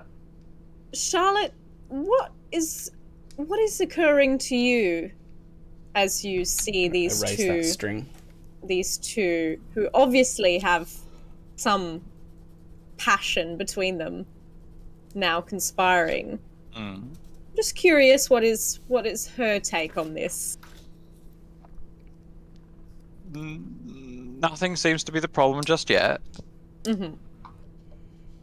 No honors being besmirched. Countess is correct still. Isn't being harmed. Everything is good so far. The idea that the Countess would put Charlotte up for, like, the best person is worrying. Because the Countess is the best person.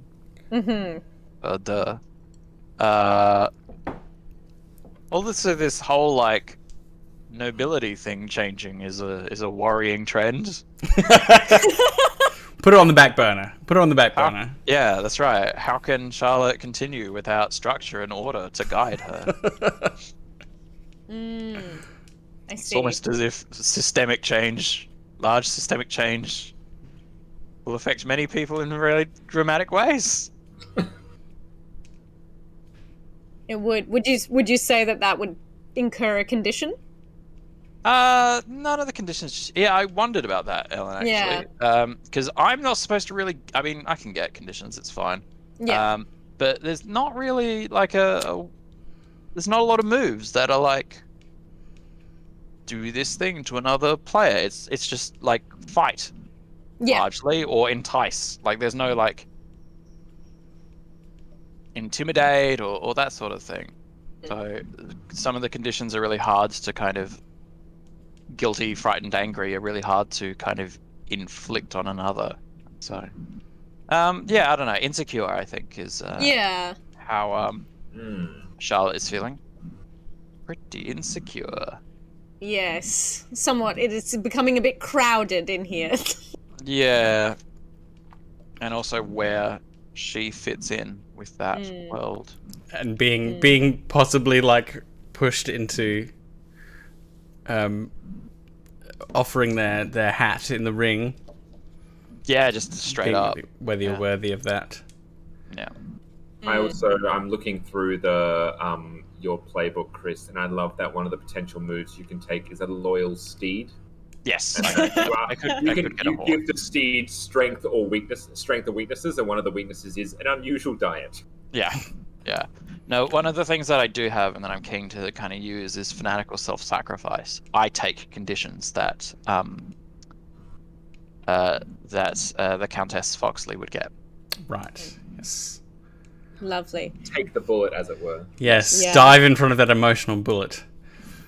We see our strange crew heading to take this conversation to a more private place, to powder their noses and potentially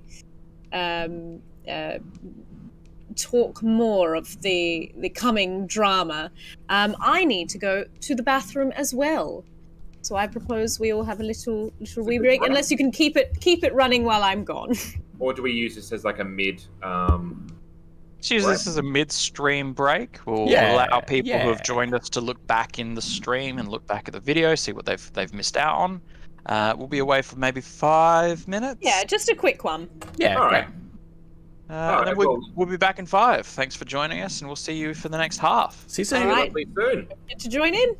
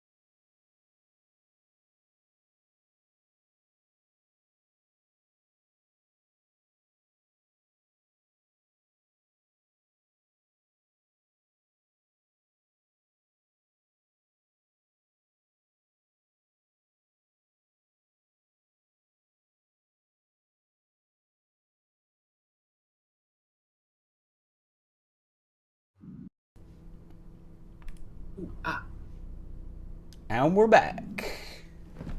Hello. Welcome back to Rollcast Live. Hopefully you've been here from the start, but if not, we're playing Thirsty Sword Lesbians. Yeah. A game of drama and really getting to the heart of things. Our three characters, Kyra, Charlotte, and Countess Foxley. I always say lady. Countess Foxley are heading to a more private area where they can discuss the goings-on of this night. The race to see who can be betrothed to Princess Merryweather, or who will be next in line to run the Kingdom of Evermore. You make your way to the wonderful ornate bathrooms, and as you head in, you have a quiet place to discuss. Kyra will pop themselves up onto the counter, like beside a basin. They're like a where the taps are. Just sit up. Not a big sigh. All right, Foxley. Let's hear it. Well, Longsheath, I can forgive the emerald, hoping you got a good price for it. If you can forgive me trying to have you killed repeatedly. I never said sorry, so I guess neither should you. Well, we'll leave it there, but something more sinister is afoot tonight than our petty squabbles. The collar I wear around my neck was given to me by Dowager Louisa. She and others of her ilk have a plan to put a bastard prince on the throne instead of Merryweather. A boy that they will control. Perhaps you could help us, Charlotte and I mean, to root out this conspiracy, because if it comes to fruition, there'll be no chance for you or Charlotte to take the hand of the princess. And what do you two want out of all this? Surely you're not just doing it out of the goodness of your own heart.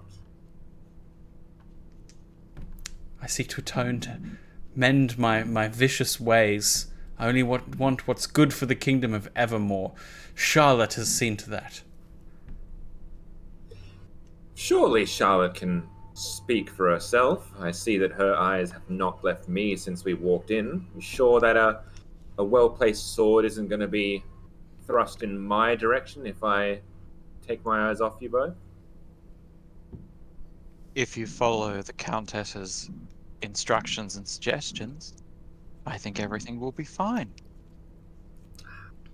Of course. Of course. Well, let's be one big happy family then. We'll follow your lead, Countess, and what is it? Save the kingdom? I believe that may be what is at hand. As I say, look out for the collars. I will try to infiltrate them, but if you can observe them, as an outsider, you may gain knowledge where I do not. All right, Countess. Seems maybe you have changed after all, though I will say your flair for the dramatic remains unchanged. Whatever do you mean? She sweeps out of the room. Charlotte follows. Great. All are- right. Heading back, how are you best to infiltrate and learn more? So, just as a reminder, there is a conspiracy afoot to bring this prince that is heretofore has not been heard of. A bastard prince, is that correct? The illegitimate child. Right, and this one will be apparently put to the forefront if they can but eliminate one Princess Merryweather. Maybe, Yeah. gosh. Yeah, I hadn't thought about that far ahead. Yeah. That's what she mentioned at one point. She said if Merryweather was simply to be taken out, was I believe the word that removed was the word said to you. Oh my gosh. Not that Kyra heard this, but Yeah. they could only It stands to reason, right? There can only be one for the throne, which means one is in the way. Charlotte, you must defend the princess at all costs. If we cannot stymie this conspiracy, for me, you must make sure the kingdom of Evermore is protected. I'll do as you ask. But I'd hate to see you harmed. This is much bigger than both of us. Very well. Although you are quite well built. Thank you. No, Countess Foxley. No, nothing is bigger than you. Princess or not, you are all that's important right here and now. If the princess is taken away, if the sun falls into the earth, if a plague would wipe out the world, nothing would matter as long as you were safe. Can I try and figure out Charlotte a bit, please? I was also going to say this is leading to quite emotional, moments. Yes. Now both of you have to agree if characters are to be smitten. Or not both of you, but you have to agree if your character is smitten with someone, but that does... I don't believe I'm smitten, although I think this amount of gushing makes me feel guilty. Yes, I don't deserve that. So I probably take guilty here. As a condition. Yeah, it's just too much. But I want to do a figure out so I can maybe ask a question about how I can get Charlotte to like maybe see the bigger picture. Here's the cool thing, Phil. You don't take guilty. I do. You don't even get to feel guilty. Oh my god. Okay, I'll mark that off. You can feel guilty. Wait, you took it for him just then? Correct. You made me feel it. You made me feel it and then took it. I see that you're feeling that you've taken over my sensibilities or I my don't affections. deserve this level of devotion. It is too much. It is too much. I have yet to atone for my past. It is not for you to feel bad. You have so much that you are handling. If I have made you feel this way, I am truly sorry. You're right. I must remain focused. I must remain focused. It's my fault that you're feeling distracted. Oh goodness! So, oh my god, you're so self-sacrificing. It's take too. the guilty Take guilty off me. Take guilty. I take guilty. I'm insecure and guilty.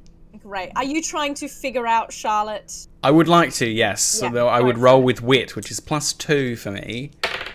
Plus Nice. 2 wit. 4, 5, 6. +2 to wit. I'm a conniver, of course. So 6, 7, 8. So it's a mixed beat. On a mixed beat, you may ask 2 questions, but they may ask one of you. So one is, how could I get you to protect the princess?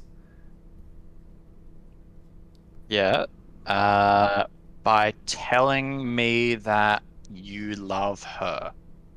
Right. Okay. That you're romantically entangled with her. That means that I'm going to want to protect her. And or that your honor is in line with that.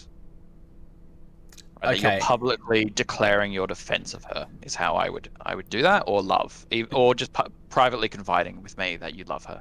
And if anything were to happen to her, it would. Yeah, but you have to align that with your sense that she's not an abstract. She isn't valuable. That she's valuable to you, and therefore she's valuable to me. That if she's just valuable by herself, I don't care. And my other question is, what are your feelings towards the princess yourself? She's not you. Okay.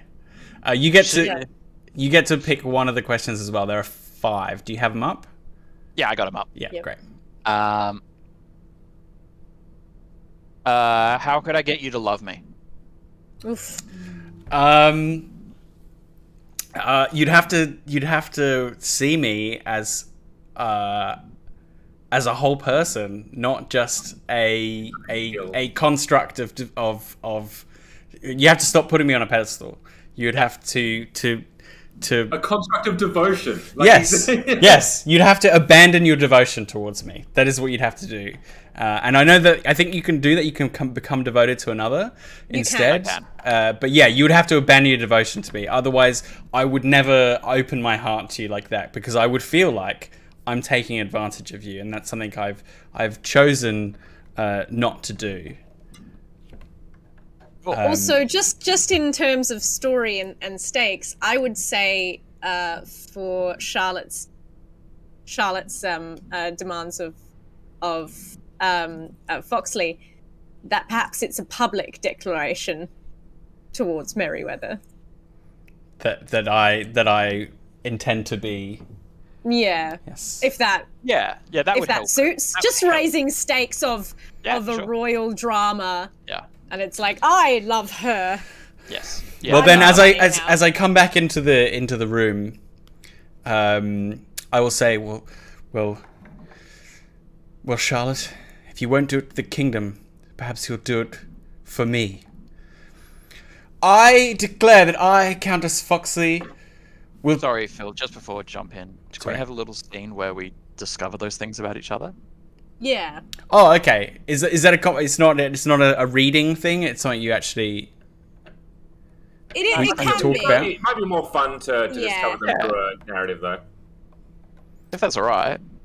How If can not, you- that's totally fine. I just thought I would push it forward. That's all. It's Yeah, up to okay. you guys. Yeah. I would kind of act on the information that I surmised from you during our conversation, our short conversation that we had, because you said, like, I was like, you have to protect the princess. You're like, well, I'll protect you. So I figured out that maybe you will protect the princess if it's on my behalf. So I say I declare that not only will I guide the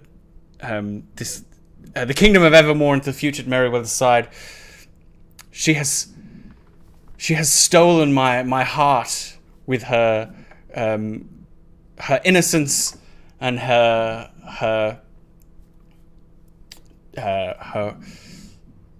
Can't find one more thing to say one about more it. thing, her innocence and her she's so bland. And her honourable, generous heart, and I myself will be challenging for her hand. And should anything befall her, Countess Foxley must be answered to. Where's the nearest station that I can throw my hat into the ring at? Yeah. Well, there is a stage for performance. There is a place for artistic exploration to visual arts, like clays and paints and whatnot. There is also the court themselves, if they can be wooed over, the queens and the princess herself. Oh, you've touched on where I'm going next. Mm-hmm. So, how about a performance? How about a little performance? Yes. And it's very public. It's very public. Charlotte will be able to see that I have declared my love for the princess. Mm-hmm. Are you trying to gain favour of the whole room, or speak directly to the Princess Merryweather? I think I want to get the soften the whole room, because my reputation is quite bad amongst these people. So if I sing a beautiful aria, perhaps they will see me bearing my soul. Yeah. I would say. I'm gonna dedicate it to the princess, obviously. Yeah. Yeah, it's either entice or defy disaster. I could. Kind of sitting in the middle. Okay. Divine disaster is pushing your limits to achieve something extraordinary. Well, yes, I'm attempting to, in one song, show that I love the princess. I want to marry her, and to the rest of the room that perhaps there's something beautiful and not rotten at the heart of Countess Foxley. So I think that's a defy disaster. It's pretty extreme. Yeah. It's And you can roll with your approach, your specific approach. Daring, grace, heart, wit, or spirit. Charm or social cleverness or knowledge, willpower. Wait, Sorry? heart, right? If Charm or it's- social insight? Yeah, I have it's plus naught in heartfelt, heart, yeah. but that's all. I think that's what I described. So I think it has to Yeah. be heart. Yeah. Yeah. Which is plus naught, but that's okay. We'll see what I get. Roll bad so I can get more conditions. Roll bad because 6. so I can keep wooing her with my sword play. 6, Yeah. so it's plus I dare you. 0, so that is a downbeat, which means I mark an XP, Good. and something happens. Probably something bad. Downbeat. Downbeats, yeah, look, it's not your best moment. I falter at the high Um, note. The room kind of turns on you. You can feel the faces fall as everyone is not just unimpressed with your performance, they're revolted. And a young noble stands up. I'm sorry. Are we going to sit here and listen to Foxley, the spreader of lies, the Countess of Cruelty, and we're going to allow her to influence our court? I say, kick her out. I say. And there are a few cheers in response. I feel like Foxley's honor is being besmirched here. Sure is. What? Nah, don't think so. Not Yeah. at all. Well, are you getting staggered there, my friend, or what's going on here? Staggered or conditions, or what's happening to me? Yeah, Is it big enough to stagger me? Ooh, I'm bearing my soul here. yeah, I'm saying you're staggered. Okay, so I've got 0 to 3 conditions. So if I've been dealt an emotional blow, which if anyone who's tried to perform in public and it's not gone well, knows what that feels like. You can lash out at someone whose regard matters to you, or provoke them to do something foolish or harmful and take advantage of a string on them if you have one. Hesitate and stumble and the opposition gains an opportunity. When you grin and bear the blow, mark 2 conditions, which I could just foist onto my devoted bodyguard. You should. For story reasons, you should. Yeah, so I basically my choice is either lash out at Charlotte or put the conditions onto her, and I think what's going to happen is she's going to come off the stage hurting, angry, and insecure, and she's going to come down. Charlotte, what a fool I am. I thought with one song I could convince them all that I've changed. No. And I tell you, for her, that you're noble. You know what I know about her? For her to disparage me, it makes me furious. For her to call me a liar. Well, I could tell you all the things that she has lied about in her time at court. Oh, so furious. No. Seems it's like fine. you're wanting to lash out, or not No, at Charlotte, but particularly, Lash out at Charlotte. Go on. Just cheer a new one. or perhaps you're wanting to return to your old ways, Foxley. Well, there's certainly a temptation to destroy the person who called me out. Yes, that's the instinct, for sure. So, yeah, there's a feeling that there's a temptation to destroy the person who made me feel bad. But if Charlotte is consoling enough, she can stop me feeling bad anyway, and just take on the things that would make me be cruel again. So those are sort of the two narrative directions I could take. I could either sort of lash out at this person who's called for me to be removed, or I take these conditions and Charlotte kind of talks me down and takes them on herself. What do you think, Charlotte? Well, what do you think, GM? Which is better? I think lashing out is interesting. What was this noble's name? This would be Cosmo. When you lash out, it has to be someone who means something to you. Ah, I see. Regard matters to you. Provoke them to do something foolish or harmful. Get a string on them. Or take advantage of... And take it out. Yeah. Charlotte. That Cosmo. I want you to embarrass them for me. I want you to did you hear that? How they just besmirched my honor? I want you to challenge them in the ring, in the dueling ring, and I want you to humiliate them. Very good. Done. Yes. Charlotte is going to go over to this, what was it, Cosmo? Cosmo. Yes. Cosmo. Yes, it is Person that a... you are, I challenge you. And she'll slap.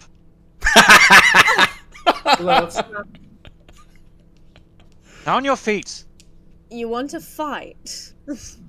You are slow of hearing, or was my backhand too hard for you? Slap again. Yay! On your feet. The Countess Foxley's honor shall not be a bit besmirched. I'm a bloody journalist. I'm hardly a duelist. And take back your words. Why? What I said was true. What you said was blatant lies. You seek to destroy people's reputations. You seek to do harm. A journalist, a spreader of lies and misinformation. A blight on this world. The princess has borne her name and had issued it a new world order, and you hope to destroy it with your knavery. Spits. Scum. My. I'm still recovering from far.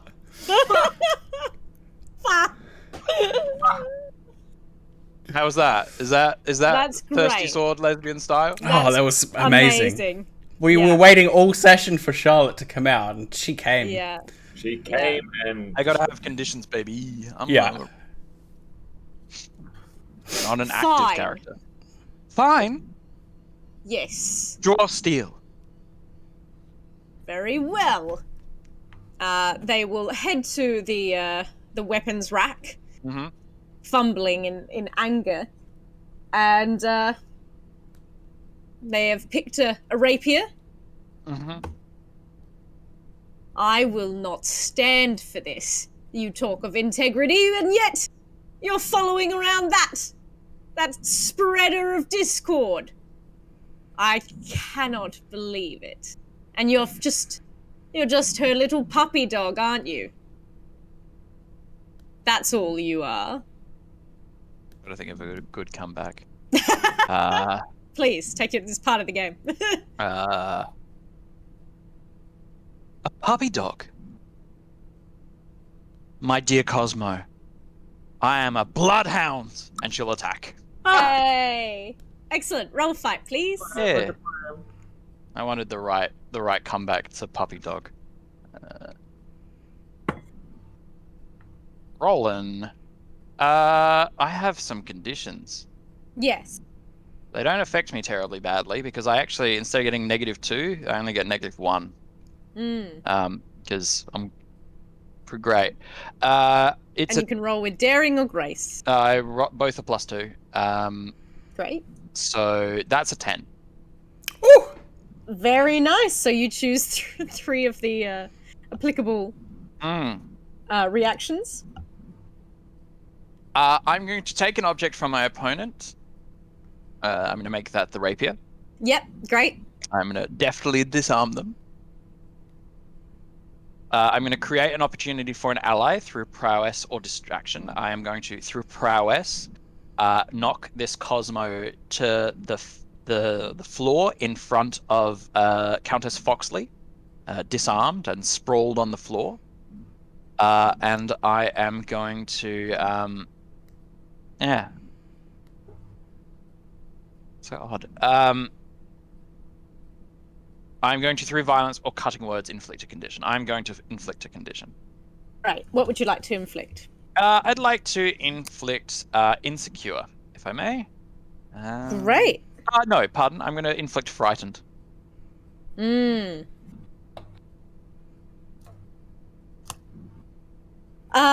you have Cosmo. They are knocked back on the ground.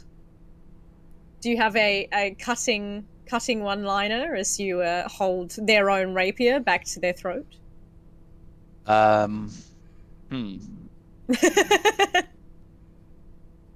Something about, I don't know, the sword is sharper after all. I don't know, something with pen, sword, Something might. like that, maybe. Something.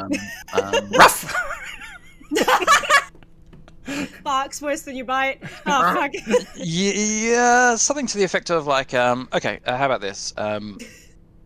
Perhaps if you had spent more time sharpening your sword instead of your tongue, you wouldn't be so outclassed. Fool. I cannot believe this. There's all of this. As he struggles underneath you, as he kind of tries to worm his way out, you do see the peak of a lace collar. I got a sword. Charlotte, Get enough. off me! Charlotte, enough. I'm going to offer my hand and say, I have left my days of mudslinging and lies behind me. Perhaps it's time that you did the same. Taking advantage of that opportunity provided by Charlotte. Well.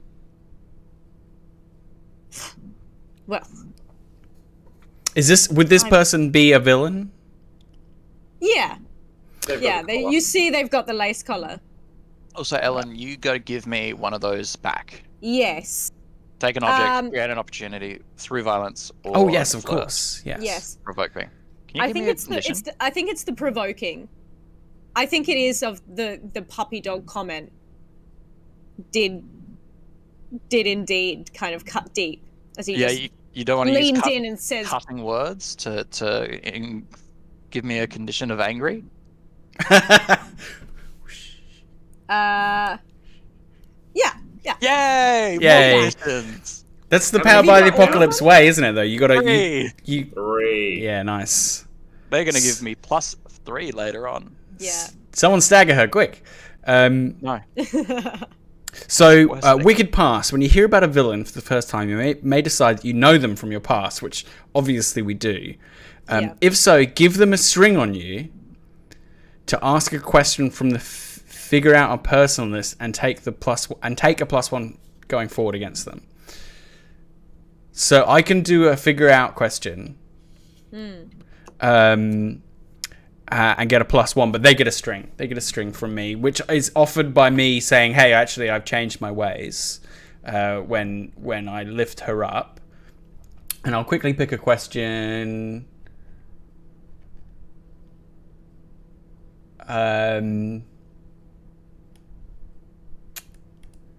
How could what does she? Is it she or he? He.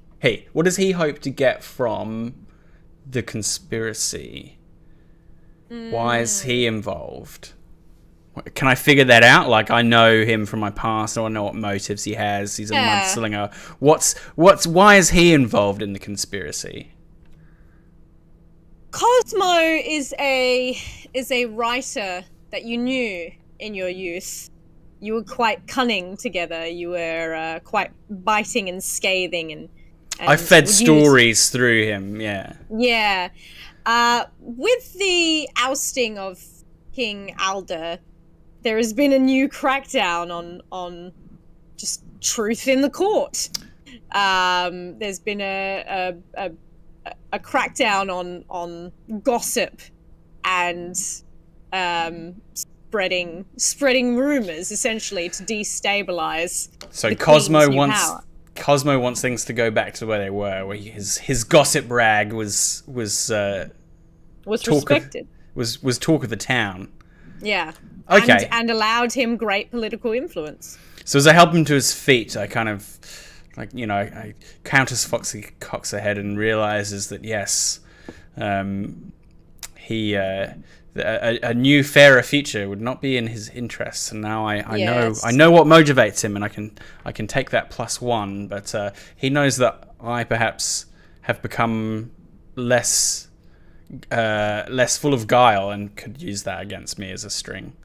Yes, I yeah. think he turns to you, face full of fury, and says, "So, I see you'll wear any collar that suits you, won't you? You just flip-flop, and no matter what, it always works out for you, doesn't it, Foxley?"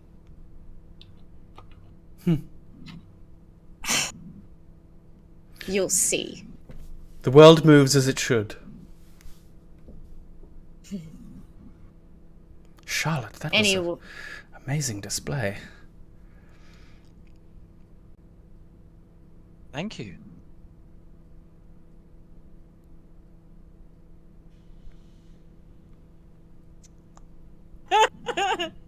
Yeah. I fear we may need your. I think Owen wants a bit more. I fear we may need your sword again before the night is out. I think we will. Yeah, I guess that's our scene with attempting to stake my claim to the princess's hand and Yes. being called out. Yeah. Yeah. Kyra. Hello. Yes, sorry, we haven't dropped in on you for a while. No. I've been enjoying the scene and conjuring up some plans of my own. So this is lovely for me to watch. It's like a little soap opera I was watching.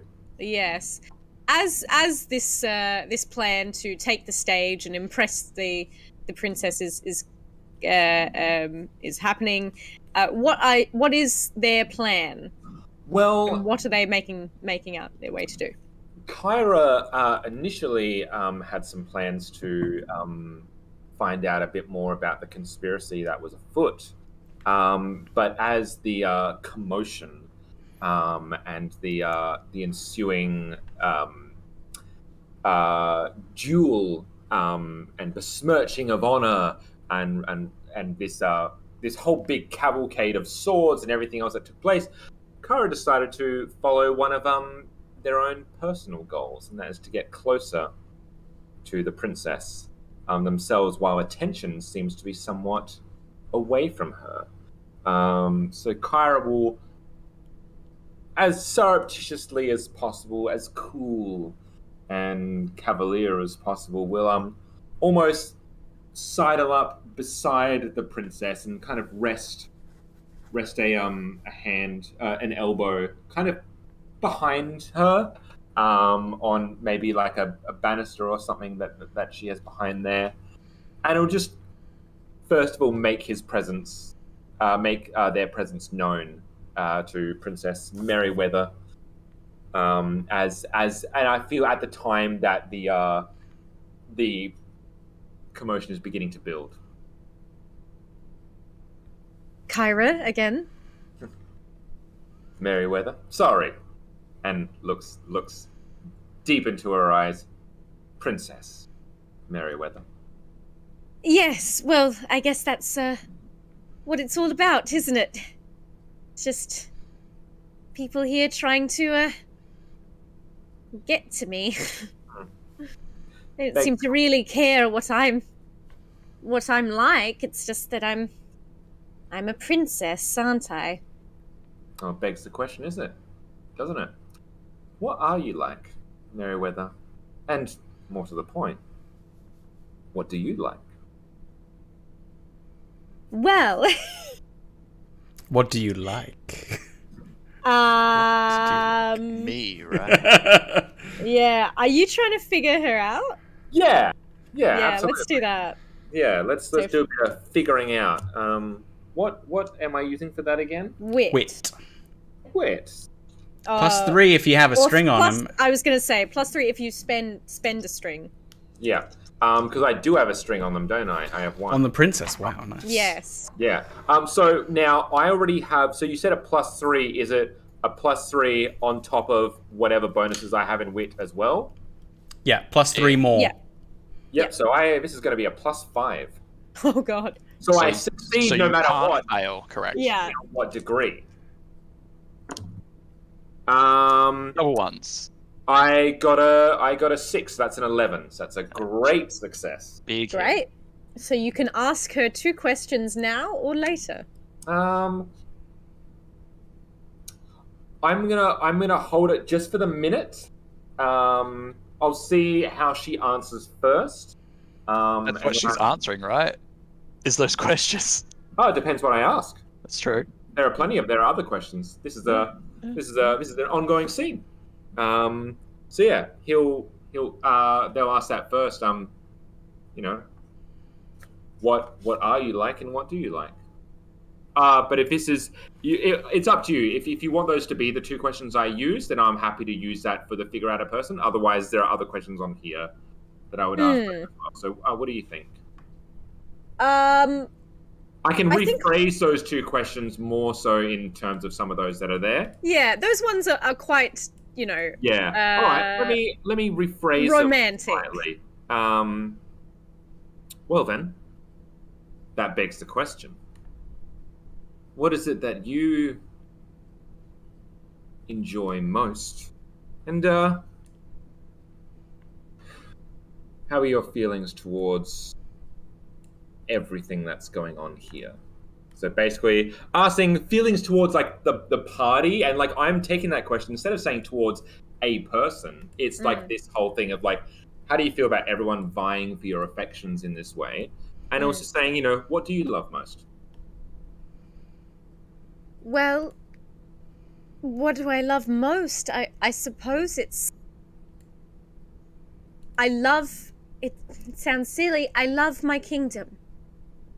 If I never married, if I had no one else and was shut up in a room and all I could do was hopefully make their lives better, I think I would. It would be awfully lonely, but I love our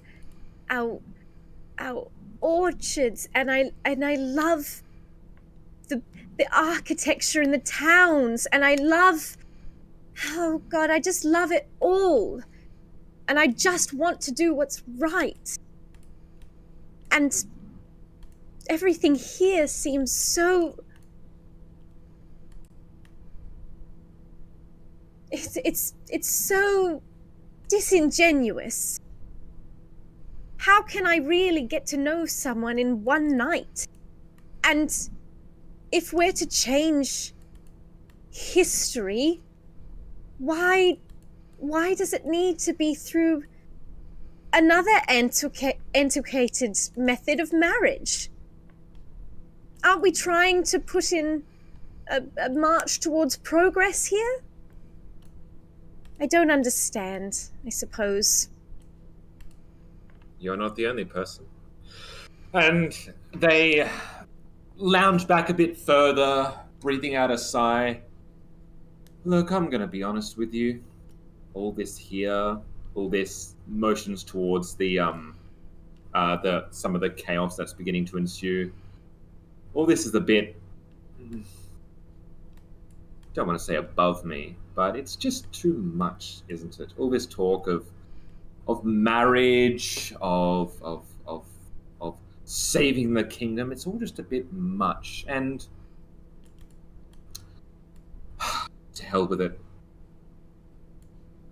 I'm not looking to marry you, but I would like to go on a date with you. And I would like to see these orchards you speak of, the bits of the town that I haven't had the chance to visit, somewhere outside of all this, and to be honest, I've got all the time in the world, including right now. You're Aladining her! Wowee! You're Aladining her! I'm what, sorry? Aladining her! Yeah, She's the Princess Jasmine. You're gonna take her out on the town. I'm also doing lust at first sight. When you become smitten with someone you barely know, declare your undying love and give them a string on you. And then I would lose my smitten status with anyone who has no strings, that has no strings on me. And I take 1+1 forward to any act I think might impress my new interest. Great. So you are officially smitten then. Yeah, and I'm asking her out on a date right now. Undying love. Right. 2 minutes in. Right now? What better time? I've got a ship. I mean, I suppose, but whatever happens here, they will. The night needs to end with me betrothed some way. Well, I guess we've got a bit of time to get to know one another, and if not, I've always wanted to see the countryside. Are you saying that you would stay here and be my betrothed? On a whim? I have a feel for these things, and looks dead into her eyes. I'm a good judge of character.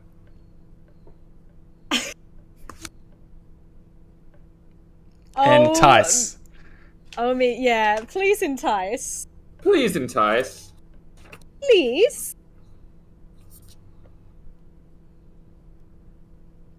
That's hot. Well, you're already smitten, aren't you? Yes. Correct, though. Is that a plus? It's plus heart for entice, yeah. Smitten doesn't do anything, no. No, there's specific mechanics for each playbook smitten. Yeah, or when you just did yours. when you become smitten, yeah. Yeah. Well, I rolled badly, and I rolled a 3. You get XP. You get no. XP for that. I do? You Yeah, do. every time you roll a How does downbeat. that work? Every time you botch a roll, you get XP. Oh, great. Well, that gives me 2x. I've got 2 XP in total then, because you gave me some before to do something, I think. Yeah, I turned No. a string into an Yeah. XP or something, yeah. Yeah. To get you to listen to me, yeah. To hear me Yeah. out. Yeah. And then later I'm going to have to try and defy disaster, because I want this to happen. Trying to steal the main obstacle away from the whole I'll scene. try to whisk her away while this commotion was served. By the time that they look back, they're gone. And where's Kyra? Yeah. Kyra, you seem like a fantastic person who is so full of daring and adventure and I perhaps am not. The thing I love most is my home. And I just think that you might be charging in, perhaps not to gain the throne, which I admire, but it's also for your own selfish reasons. I mean, do you picture us living happily together? Me, a princess who honestly would be happy if I died never setting foot off my own land, and you, someone who lives in the sky. Can you answer me that? So, question. Because I'm trying, what I am doing is asking you why they would never work. Exactly. Which is the scoundrel question for when you are smitten. Yeah. So my question is, because I failed my entice roll, Am I still able to do a back and forth with this, or have I lost the scene entirely? I just want to know if I can keep pushing per se, or how it works.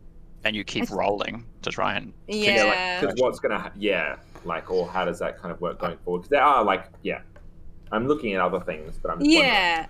I don't think you can get her to run away with you anymore, right? No. Sorry. No. I think it's more she's asking you this, and you can answer it honestly, or your silence is taken as an answer in and of itself. Yep. And so Kyra will look there, stand there, deep in thought for a second, and it seems like they're not going to answer. And perhaps Merryweather takes that as a sign and is about to step away, taking the silence as an answer in itself. And just as they take a step, as she takes a step, Kyra reaches out and gently holds onto her wrist, says, I have spent the better part of all my life running around in the skies. It's very rare that I keep both my feet upon the ground. And I've convinced myself that that's what I wanted. I've convinced myself that I was better off jet-setting from planet to planet, from port to port, leaving a flurry of broken hearts in my wake. And I convinced myself that as long as I didn't get too close to anyone, that's all that would matter.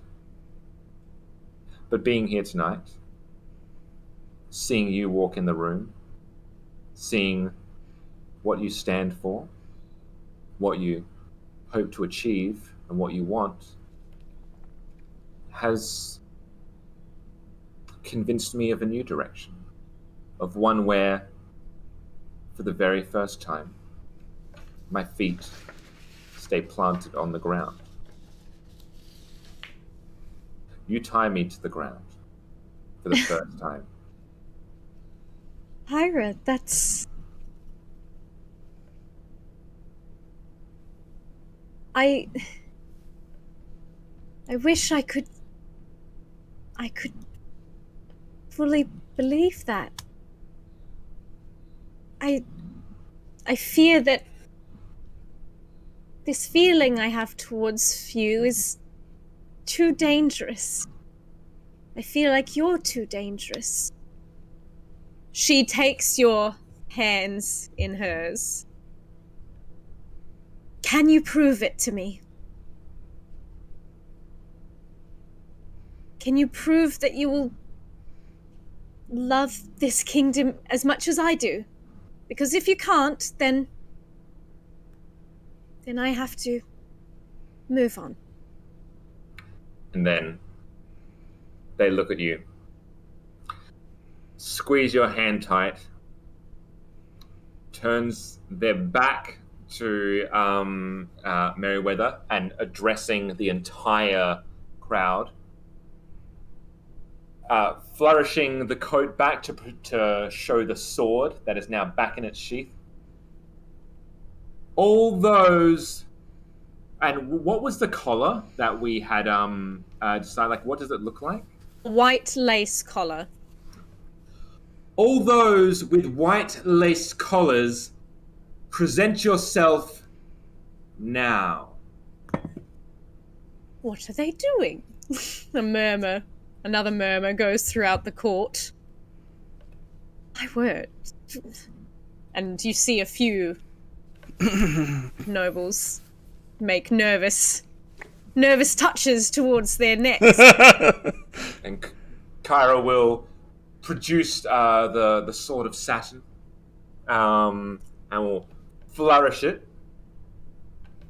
I have it on good authority, on a very valuable intel, and Kyra will glance a look over it at the Countess, that there are those here who wish to hurt the princess, those here who are looking to conspire who are looking to cause a front, who are looking to destabilize somebody, looks back at Princess I have grown very, very fond of.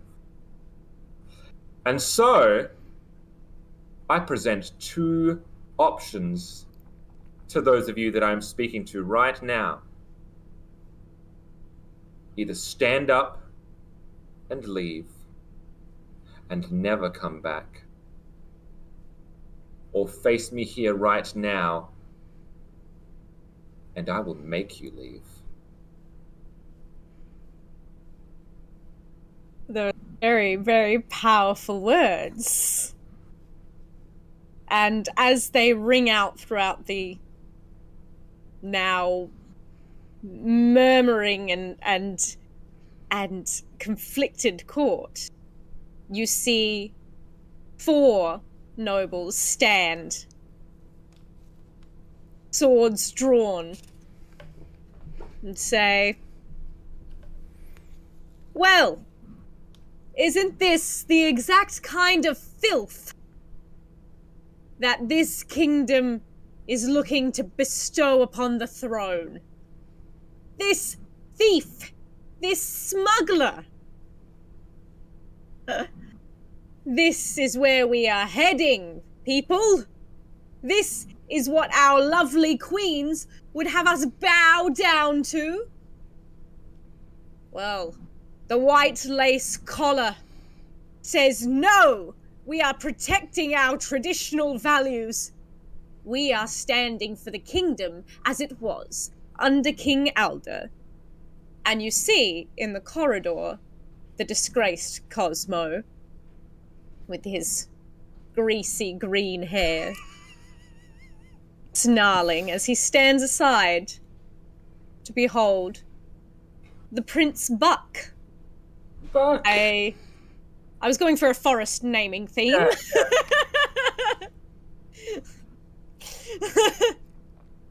And he stands, the disgraced prince, with his, chiseled features and blonde hair. "I'm here to take back the throne that's rightfully mine." What are you all going to do? You have 4 nobles, those who are willing to fight anyway. Some, like the dowager, would not draw arms, as it were. And a prince, hoping to woo the side of the court to their favour. I think I'll open this up to Foxley and Charlotte as well. I feel this. I mean, I'm just Kyra would just take up arms because that's what they're kind of insinuating at the moment. So anything more cordial might be best served to you. What I feel like would be great is if they are standing on the head table, right, or near the head table, it's maybe raised slightly and perpendicular to the rest of the tables in the room. If Kyra's taken up one part of the third, then perhaps Foxley and Charlotte can also leap onto the dais, and so you have 1, 2, 3 of us there, drawing our swords dramatically in defense of the princess. That's what I propose. What do you think about that, Chris? Down. Whatever Foxley does, I follow. Charlotte, to the princess's defense! The conspiracy has come to a head. Kyra has unrooted their foul machinations speedier than I expected. Without forethought and without consulting. Yeah, as we leap, Charlotte will mutter to herself, "I think actually you did that work, your countess. The loudmouth just said it loudly, that's all. Anyway." Yes, well, perhaps all our plans for conniving are out the window, and force of arms will have to win the day.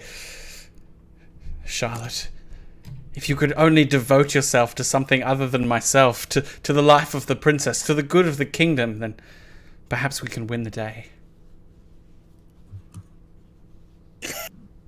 Chris looking at his character sheet. That's the only way you get it to love you. I don't wanna. That's the dichotomy I'm offering you. I know. No one's wooed Charlotte yet. Okay. So No. if you do it, she'll no become one- smitten no one- instantly. Yeah, right. If I become smitten with someone, I treat them as the subject of my devotion. Yeah. So I was hoping that I would get smitten by someone, but I'm not. So Right. smitten with someone. So no. So Charlotte will, in response, say, "As you wish, my lady." Swords at the ready. 2 swords. I feel like this is a perfect time to remind people of the kissing in a dangerous situation mechanic. Yeah. You know what? Why the hell not? At that moment, and then Kyra will just stare down at the head where you can see the buck boy. Yeah, buck boy. One moment, buck boy, and Kyra will swivel round back to face the princess, kneel down, so she's like basically crouching down, so their face is level with the princess's, and just look at the princess and say, "I don't know if this will prove what you're intending, but it's going to go off with a bang." And they move in to kiss the princess. The princess, indeed, was already moving before you finished your sentence. And they share an intimate embrace with one another. Yeah. Please, be safe, Kyra. This kingdom is worth fighting for. Well, fighting's what I do best. Right. And she as well will draw her dainty little sword. Oh, and more of a bookish girl, but she's ready. Well, everyone can fight. Kyra is both impressed and aroused. Improused.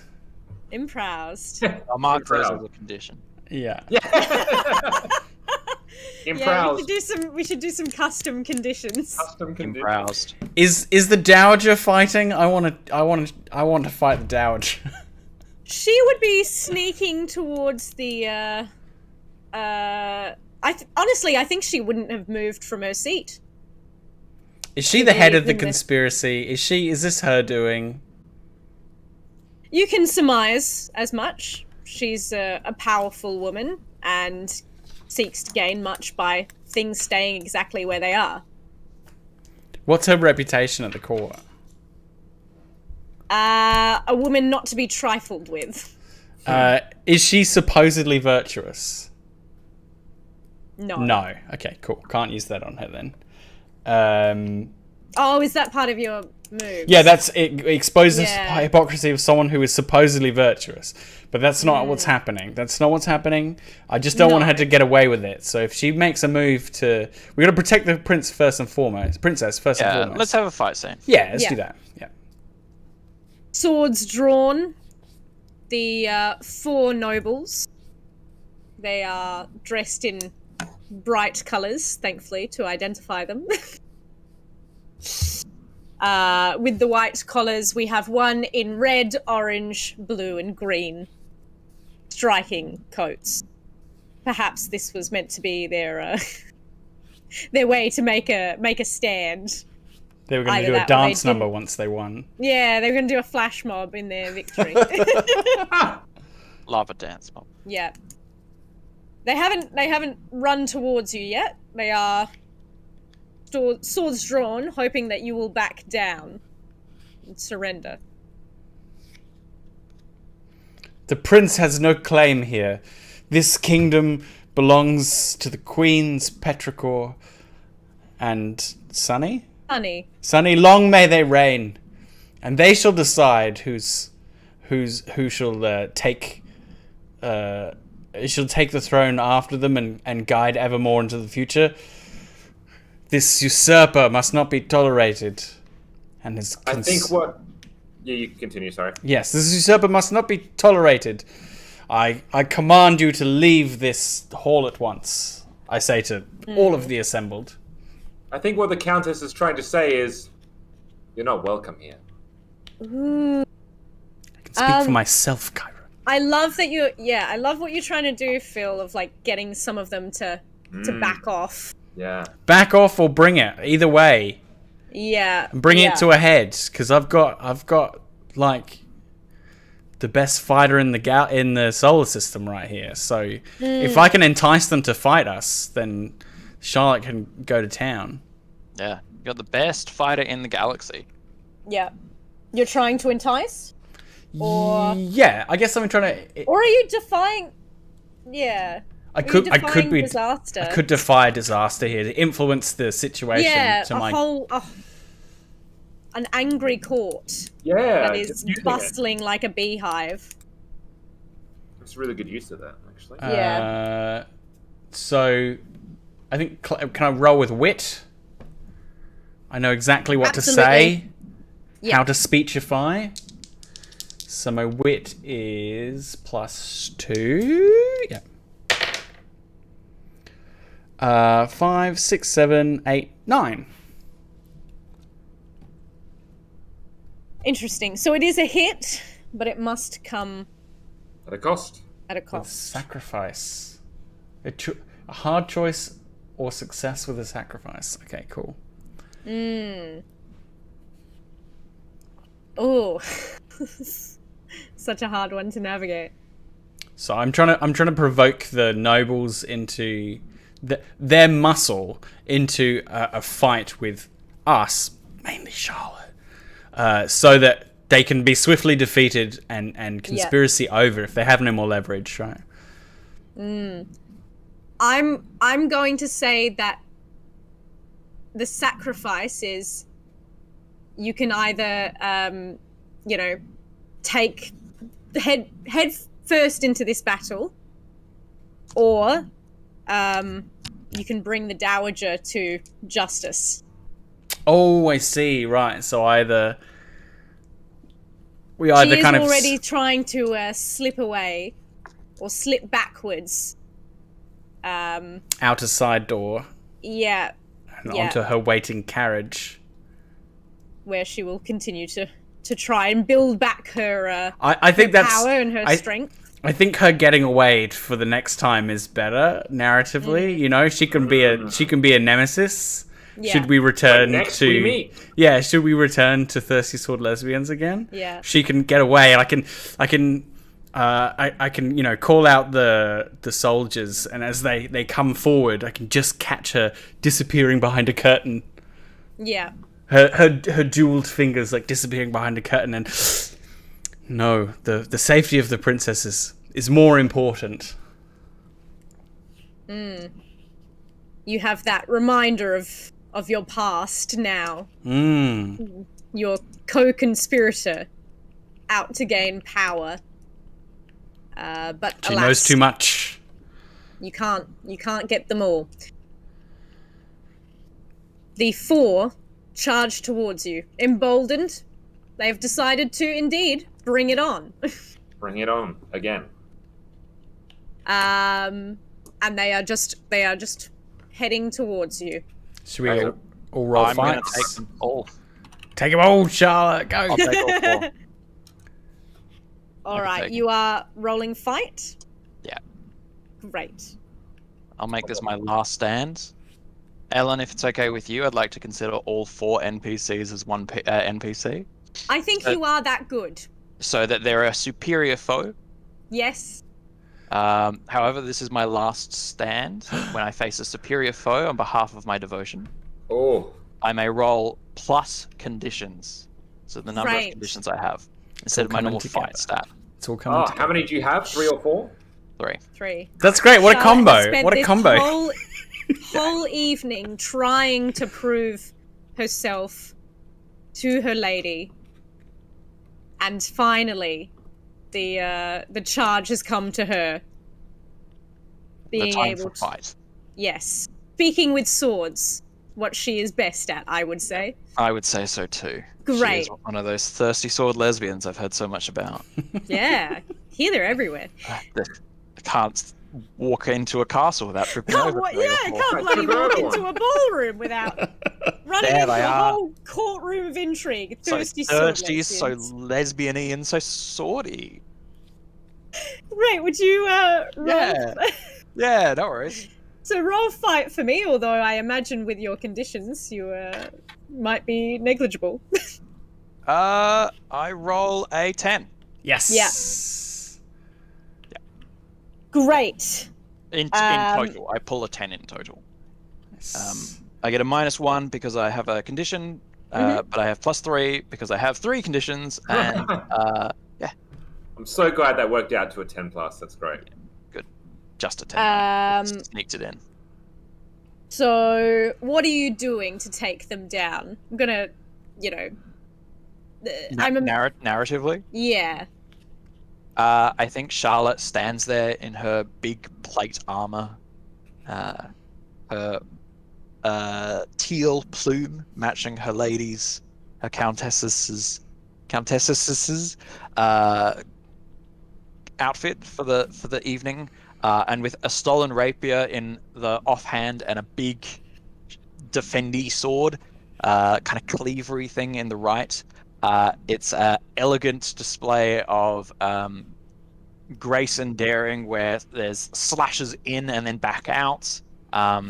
It seems violent and at some moments like very graceful.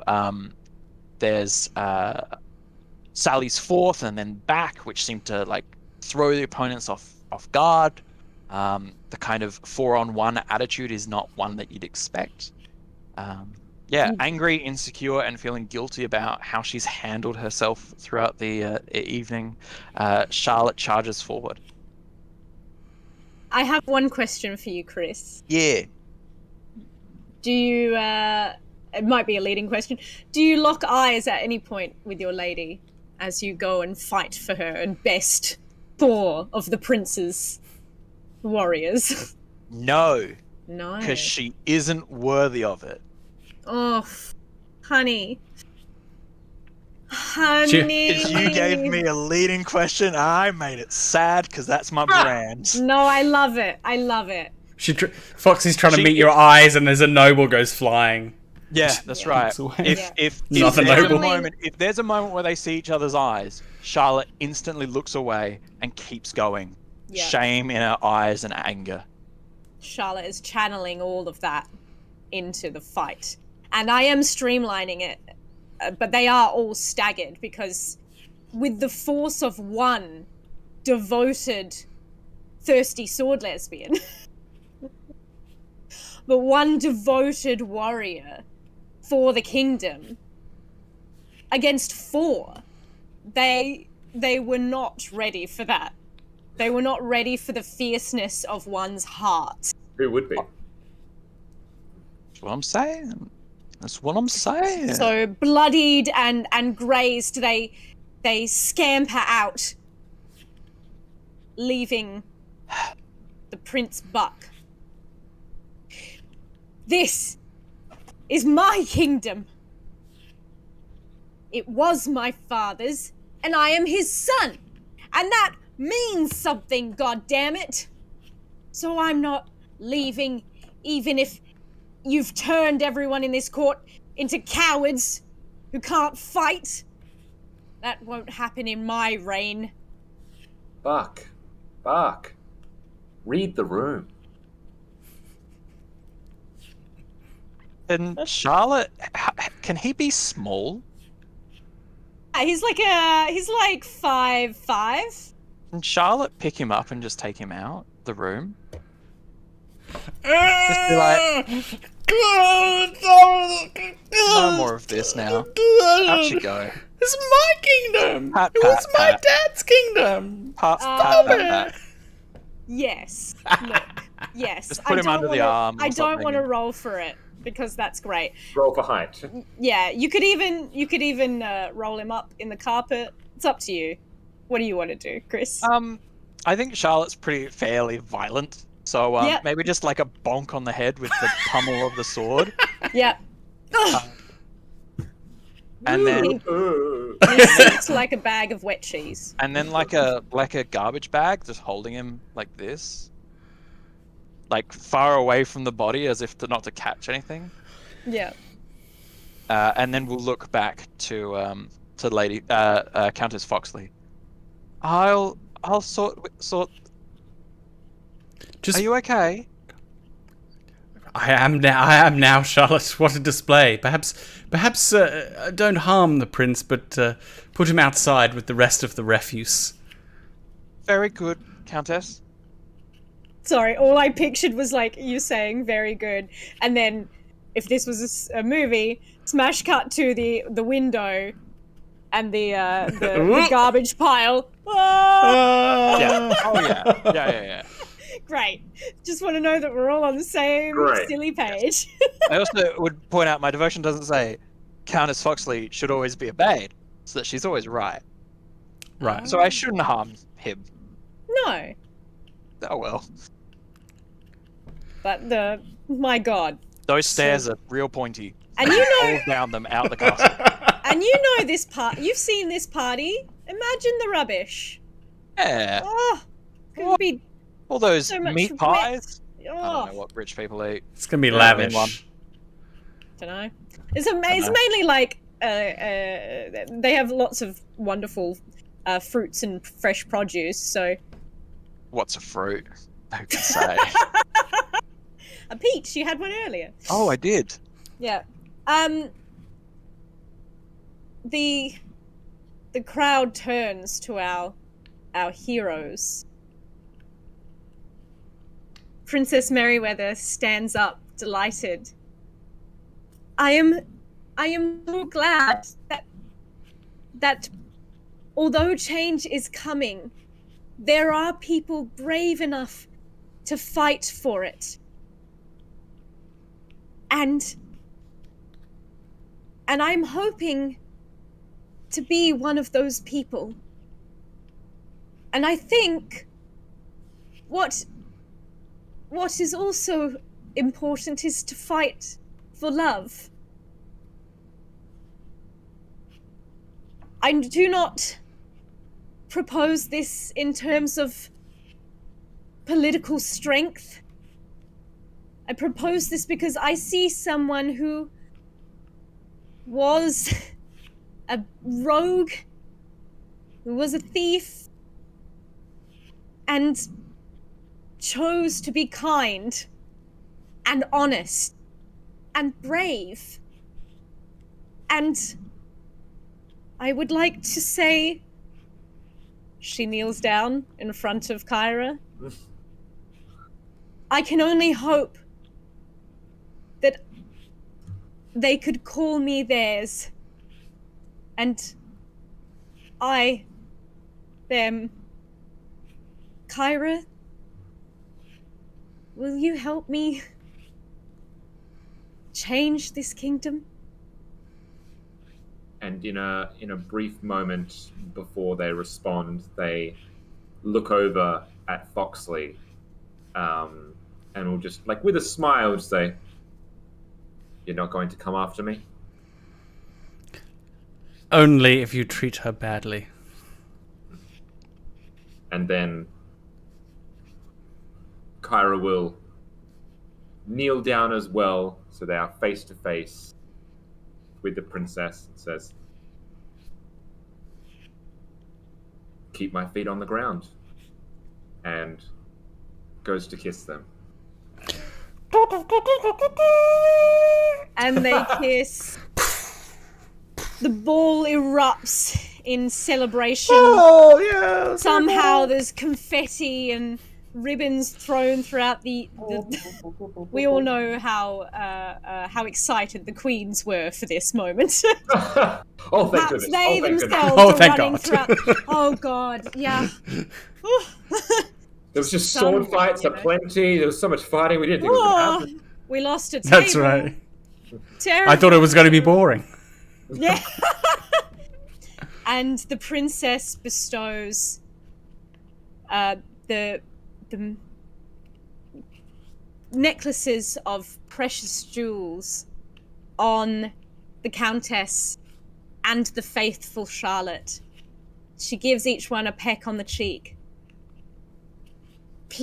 You two were instrumental in saving my kingdom.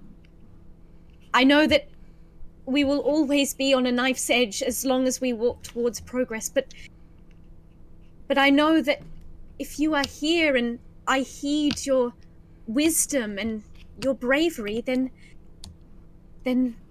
we'll be safe. Please, I'd like to offer you official positions in the court. Your Highness, while the Dowager Louisa still remains at large, I fear the kingdom is in grave danger, and I could not return home to the Foxley grounds, knowing that your bravery and your vision was at risk. I will stay, and I will help advise you, and brave Charlotte. Her sword arm will ever be yours. Isn't that right, Charlotte? Oh, yes. Yes, my lady. Wonderful. Please, everyone, fill your glasses. To the heroes of Evermore. And to change. Hey!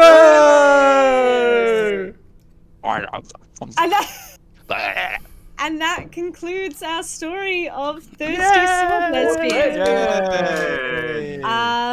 Some ups and downs, some heartstrings pulled, hopefully, for not just us, but hopefully you, the viewers, as well. Thank you all for bearing with me. It has been a long week, and to put it bluntly, I stupid at games. So I would just like to also very much thank Phil, Sean, Chris for coming together and telling this story. And thank you again to our patrons. You keep the wheels turning. You are so amazing. We love all of your comments. And we just look forward to where we can go next to Roll to Cast. And thanks to Manscaped. I know, the irony of this whole situation. It's very Three funny. cis men as lesbians. Lesbians sponsored by Manscaped. I know.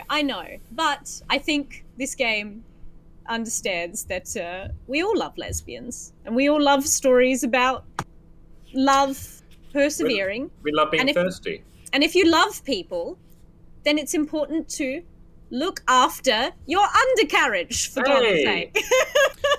Some women Manscaped. have balls. It's just how it is, and they can use those products too. Yeah. Let's not forget the feminine penis. Let's not forget Nobody's talking about the genitalia is mouthfeel. Yeah. Let's not limit genitalia to such a silly thing as gender. And whatever genitalia you have, it can look great with Manscaped. I think we've all been using it over the last few days, and it's probably getting colder here in Australia. But either way, I'm ready for bikini season.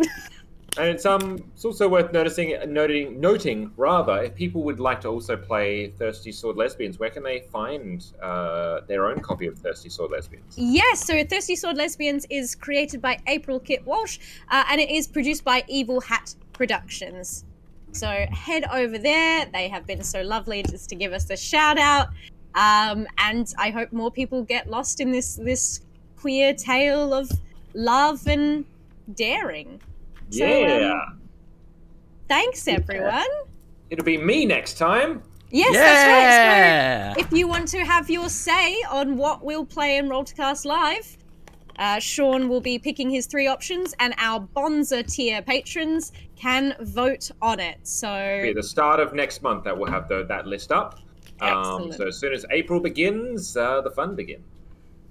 Wonderful. Well, I believe that'll close this, bringing this to its natural close. I've been Ellen, your gay master, your GM. I have been Phil, or the Countess Foxley. I was just going up and down from the stream. But yes. I've I wasn't looking at that. Also known as Kyra Longsheath. I was Chris. I am Chris. I'm Chris, and I was Charlotte Aegis, the lovely sword-wielding lesbian. Real thirsty, real sad. Love it. Big fan.